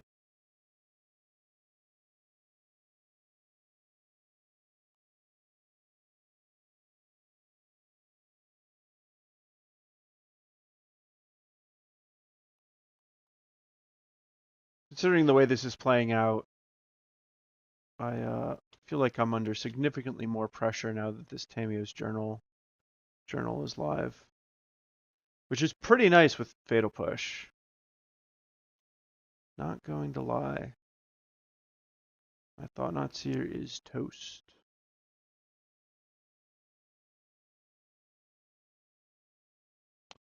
So if my opponent does have a Tezzeret, unlikely to be able to cast it. So I'm probably going to try to drop my Mindbender this turn. Get the negate and hopefully something else. Oh, never mind. Oh yeah, I did have 4 mana. Now my opponent has negate and something else.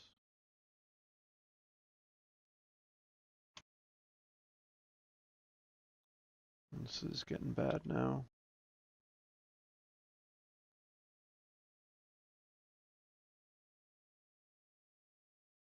It's definitely looking to be a game where I just hard cast my Mindbender. Will definitely be a good matchup for Reality Smasher.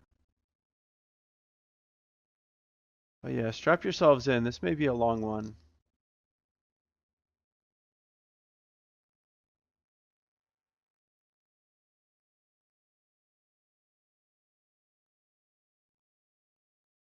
Whoa! Wow, I really wish I'd been able to Mindbender that. That is crazy.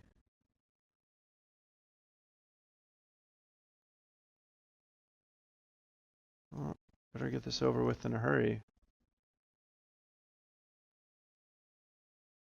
Might even be a chance that I just don't go after my opponent or this planeswalker. Just go after my opponent. You can minus to kill Thoughtnot Seer if I play it. So I think I don't play it then.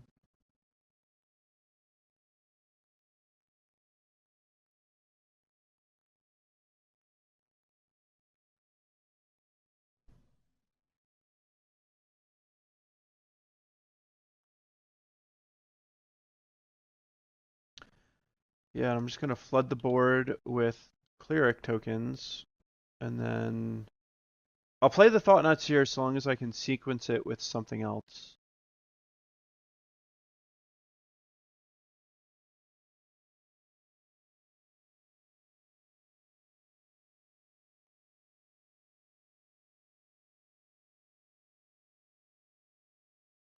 Man, and my opponent's Metallic Rebukes were really good.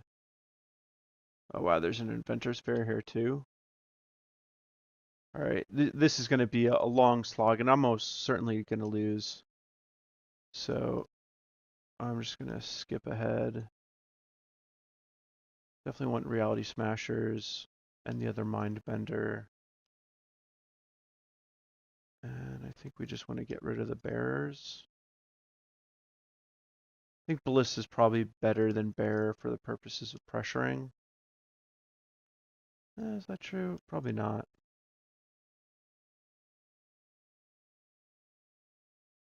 Actually, you know what?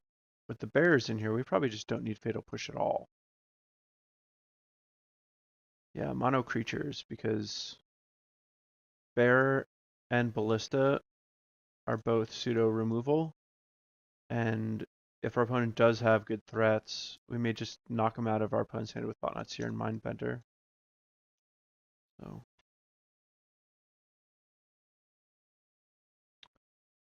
Oh man, it's one of these hands. Good news is we can't cast our Mindbender. Bad news is we may not be able to cast much else. We have 15 sources of colorless mana. So we're usually going to be just fine on it.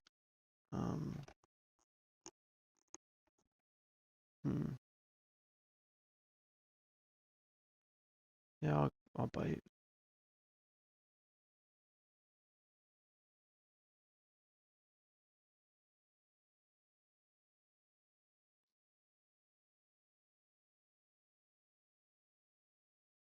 Do we get a push? Nope, not yet. Wonder if our opponent has Liliana. That'd be pretty brutal. The good news is that all of our lands that tap for colorless mana do come into play untapped. So that part is good. Also, if we draw a Catacomb Sifter or a Scion Summoner. Those also double as colorless sources. So really we're drawing to like 19 cards. Oh, and we get none of them. Brutal. So brutal.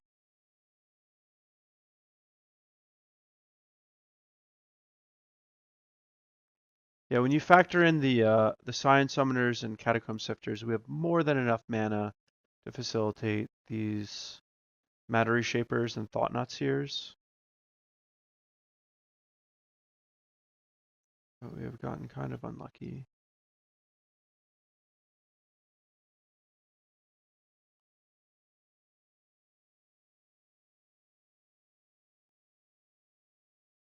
And now we're at the point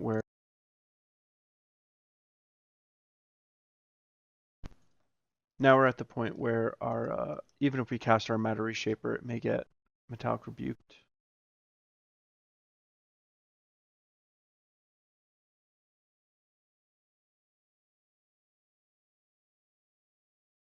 Depending on how this goes, though, we could go Hissing Quagmire, play our Swamp, and we could actually sack our Bearer of Silence to cast this Mindbender. Ooh, wow. Well, this makes me wish I had a removal spell. That is the clock. Oh, we did it. Nice.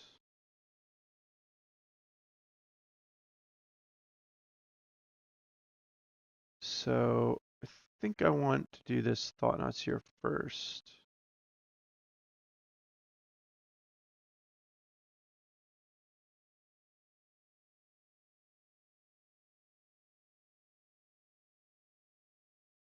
Wow, that's a pretty sweet card. Deadlock, Fair, Spire, Hollow. So I think I want to take Liliana, and then I want to get the Herald before my opponent gets a chance to cast it.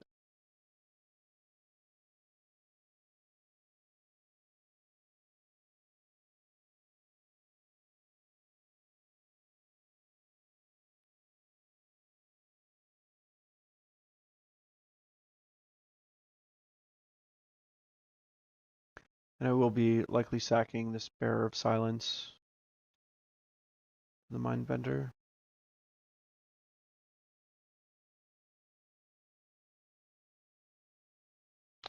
So my opponent just played second hollow, okay.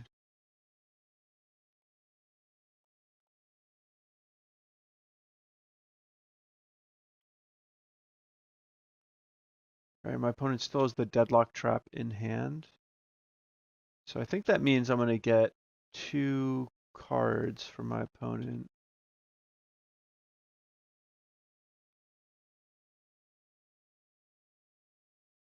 Which is pretty nice. Yeah, I believe my opponent's hand is Deadlock Trap, that big demon, Fair and Spire.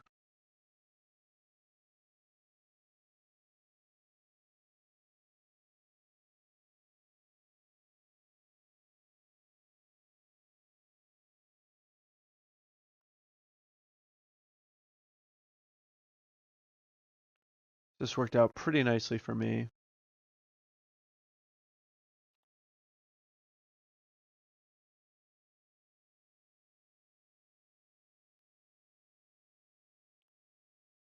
And my opponent can, do some stuff with pacification arrays.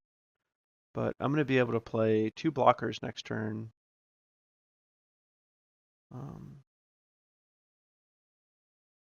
So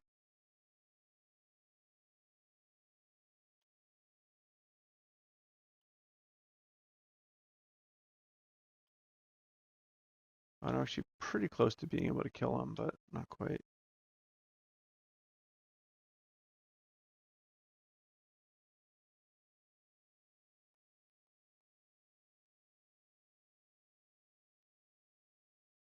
Oh, no, no, no, no, no, no, no, no, no, no, no, no. I tapped the wrong one.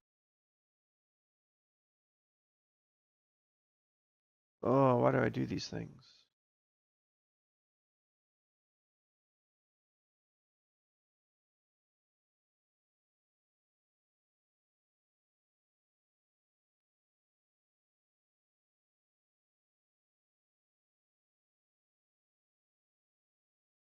So my opponent can tap one of my guys, but I don't think my opponent can tap one of my guys and kill two of my guys. So I think no matter what, I should at least have a chump blocker this turn. Then my opponent's looking at a pretty lethal counterattack. So I don't know either of the cards in my opponent's hand, but things are looking pretty good for me.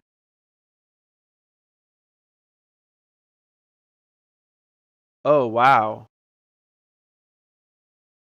Well, that'll clean some stuff up, but my opponent can't actually attack.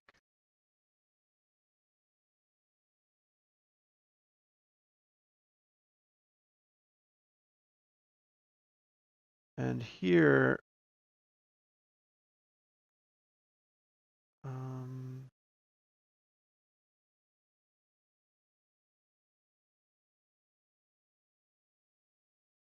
I guess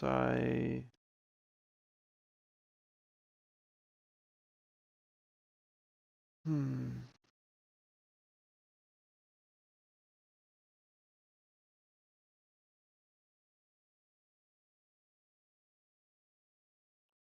One card in hand.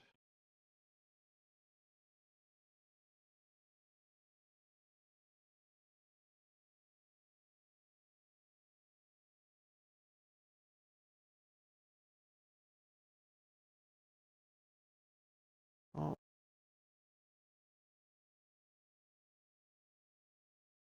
So if I play the Matter Reshaper, then my opponent taps it, and then taps my Mindbender, and that's something to kill my Thoughtnot Seer, then I'll obviously regret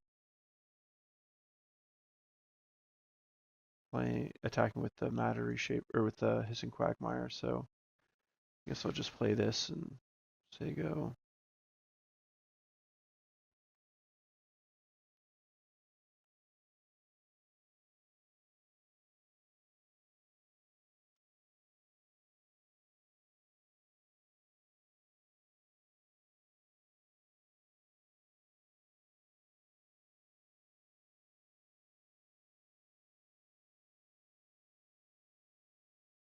If I draw another land, I can actually activate both Hissing Quagmires, which is cool. Oh, that's annoying.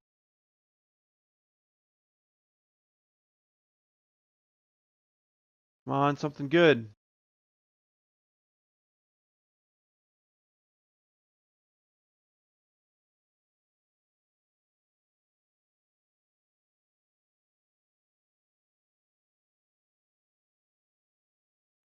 Not great, but it's fine, I guess.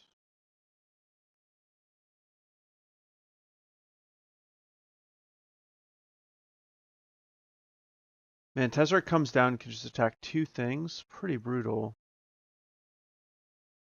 So let's see. My opponent can tap this, block this, then take 4 and kill me on the crackback. That's not so great.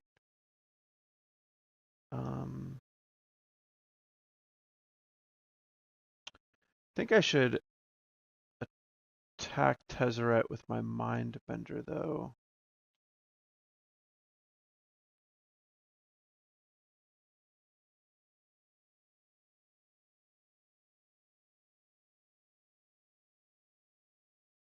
So let's see. If I activate Hissing Quagmire and attack with it, Tezzeret won't be able to minus, and I'll have 3 creatures that can block.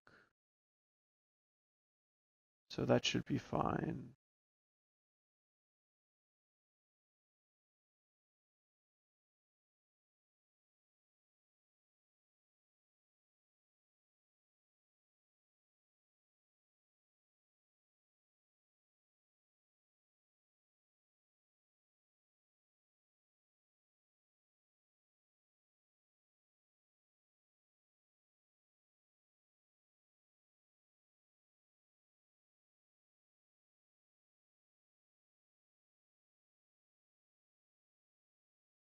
And these Matter Reshapers are certainly giving me a little bit more leverage to get back in this game.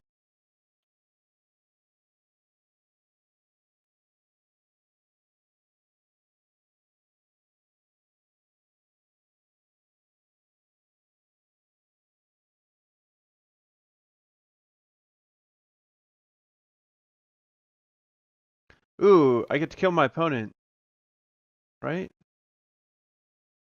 Yep, lethal, perfect.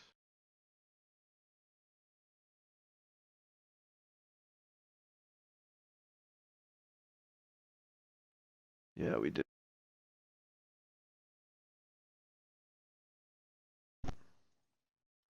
Oh, this is sweet. Ooh, Ballista. 2, 4, 6. So that's a virtual 5 life that my opponent's at. Deal with my 2 biggest guys. Yeah, that'll do it.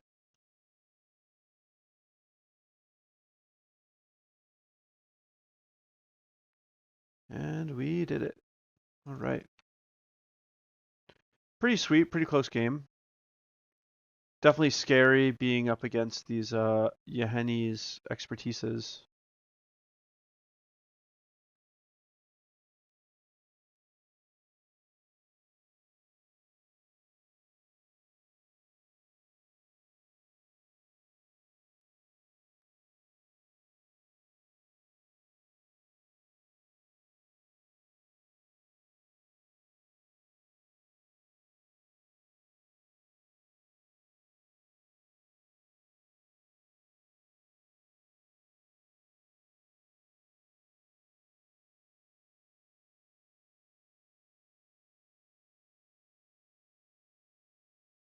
And there we go.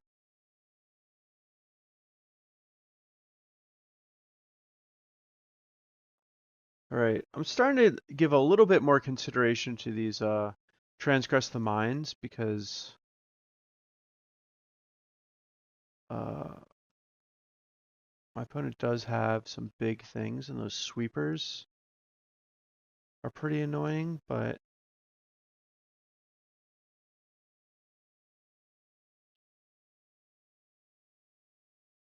I think I'm just going to try to slot. Well, actually, what does Ballista do? Ballista does so little.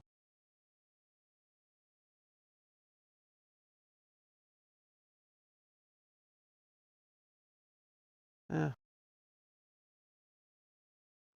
Just get a point where like you have too much discard, but I don't think I'm at that point, so.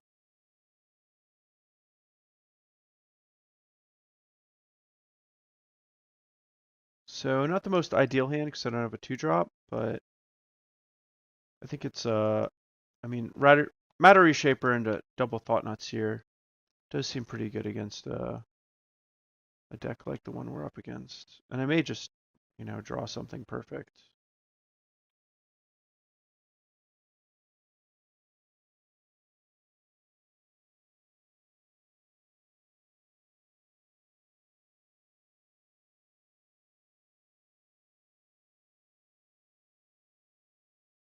So this certainly seems to be like a really good uh target for the enchantment that we saw, Tezzeret's Ambition or whatever it's called that makes it a 5/5. Tezzeret's Touch. Bam! Gotta admit, the card's pretty nasty.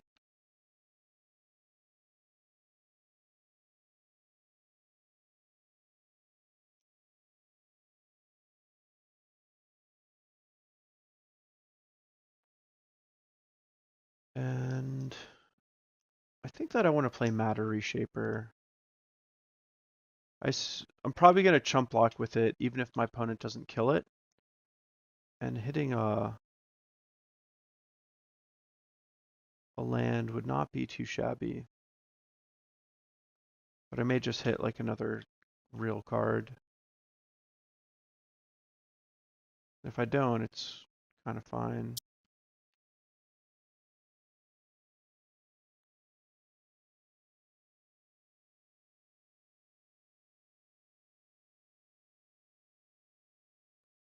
Nice. So this makes me think that we're up against a counterspell.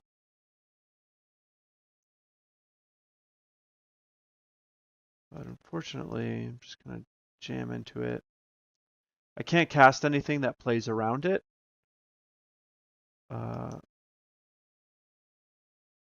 So I'm just going to jam this, and I mean, next turn I can play a Scion Summoner. Oh, wow. This Yahenni's expertise would be a little worse, considering the rest of my hand and just how my deck works. I should be able to get this Herald before it gets played.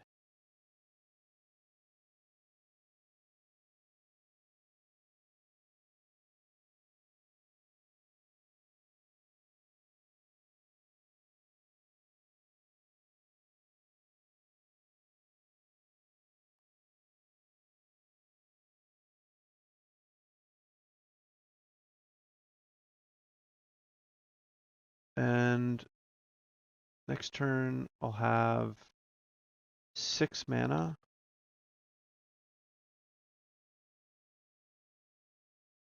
I don't really want to trade my Thoughtnot Seers.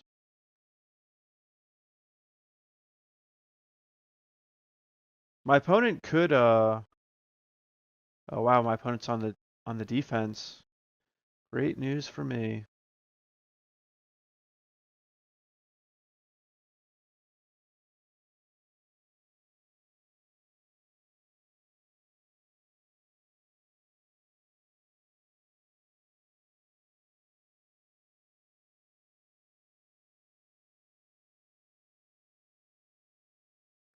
But my opponent's probably planning on just powering up to his big fatty. Perfect. So touch and negate. And now we can just, I mean, next turn we can play both Summoners and Ruins of Oran-Rief, one of them. And it's just going to be a ton of power and toughness on the board.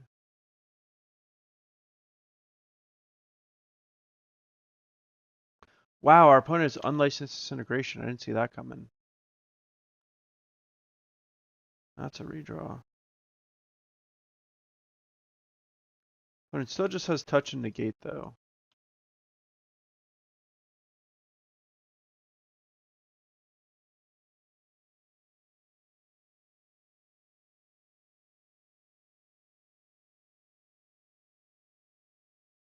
And this Metallic Mimic's just adding so much value in a situation like this.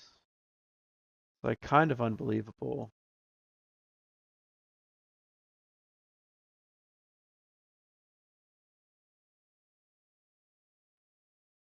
I still have to worry about a Yahenni's expertise.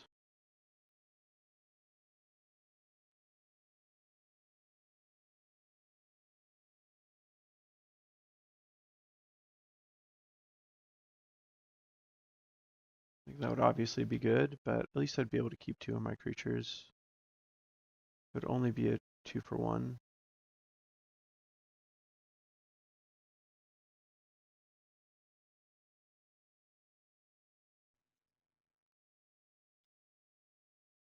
So my opponent does get a little bit of value out of this, and this may mean that my opponent has something like Fatal Push, but at least it's just a 1-for-1 as of now.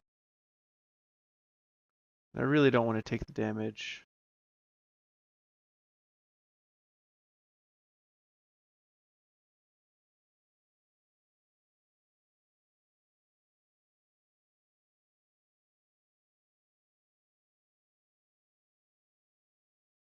So it's really like not even that bad for me.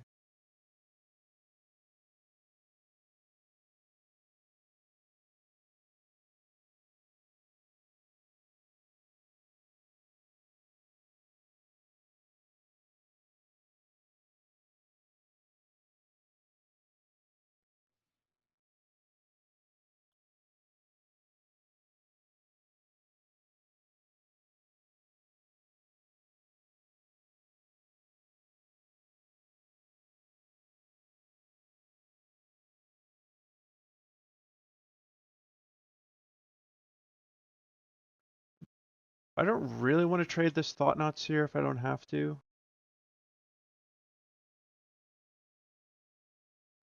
So I'm trying to avoid it as of now.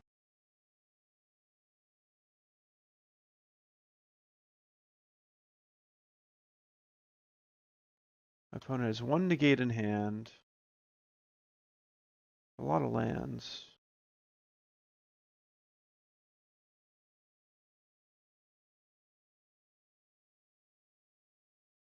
And I'm playing things fairly slowly and safely. I would view this deck less as a control deck and more as just a mid-range deck.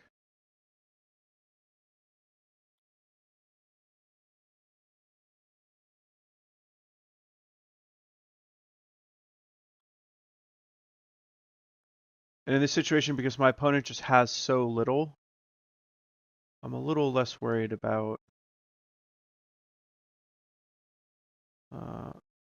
being a little bit more conservative with my plays.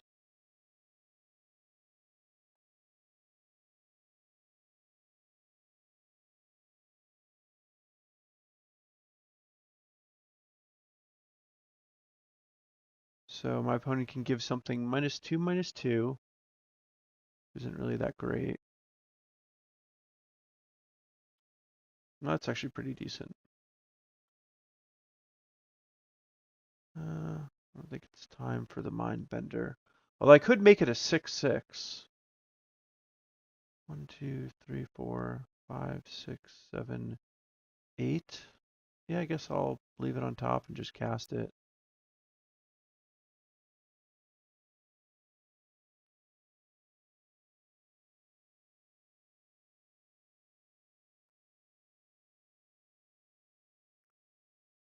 And actually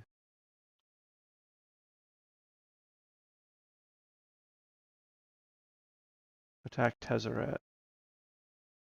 My Thoughtnot Seer.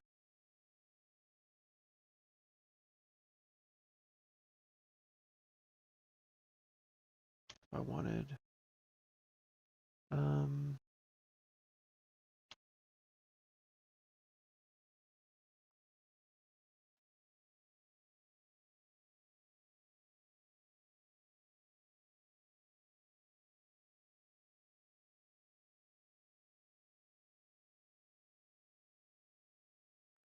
The old hardcast Mindbender. Oh yeah.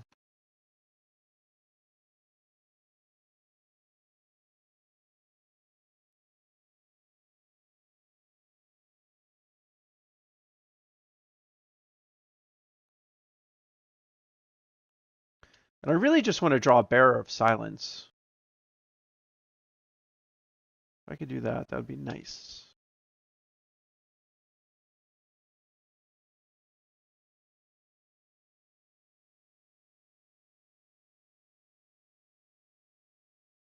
I might actually just have a lethal attack. Or an attack where my opponent has to do some sort of chump blocking.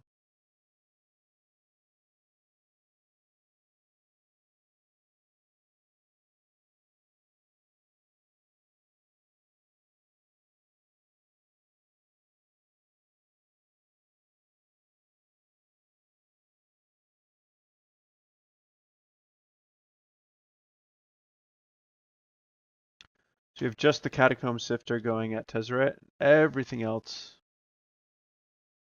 going at my opponent. And we have Matter Reshaper and Hissing Quagmire on defense, just to make sure nothing could ever go wrong. Even though I don't really know what could go wrong, but maybe there's a, another Tezzeret's Touch on the Ethereum cell plus an unlicensed integration or something crazy like that.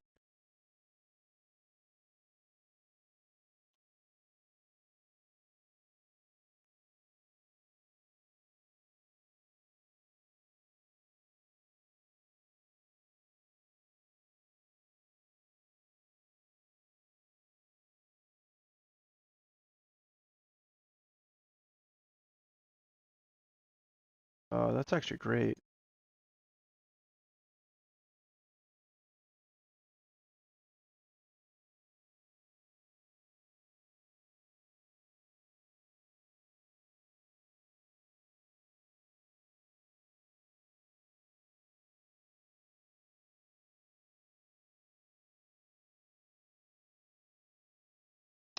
And I feel like this is just game.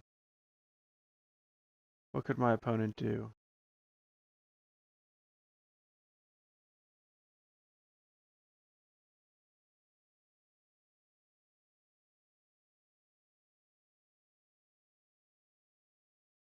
The Saheeli's thing would be good. And Liliana actually doesn't kill anything here.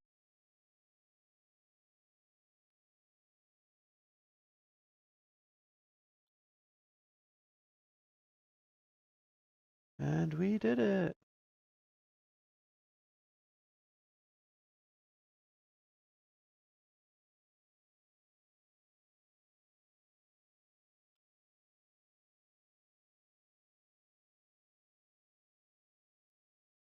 All right, well, as always, thank you so much for watching me, you guys. Always appreciate the MTG fam. And yeah, this deck has some cool stuff going on with it. It's actually got some pretty powerful stuff. The Metallic Mimic plus Catacomb Sifter is like a really sweet line of play. And just being able to play your Bearer of Silences and Walking Ballistas, you know, all these other creatures that are basically like spells, but giving them the little power and toughness boosts with either the Mimic or the Oran-Rief seems like it's pretty powerful. And this deck just has a ton of 2-for-1s, which were pretty good. So anyway, thanks again. I will see all of you next time.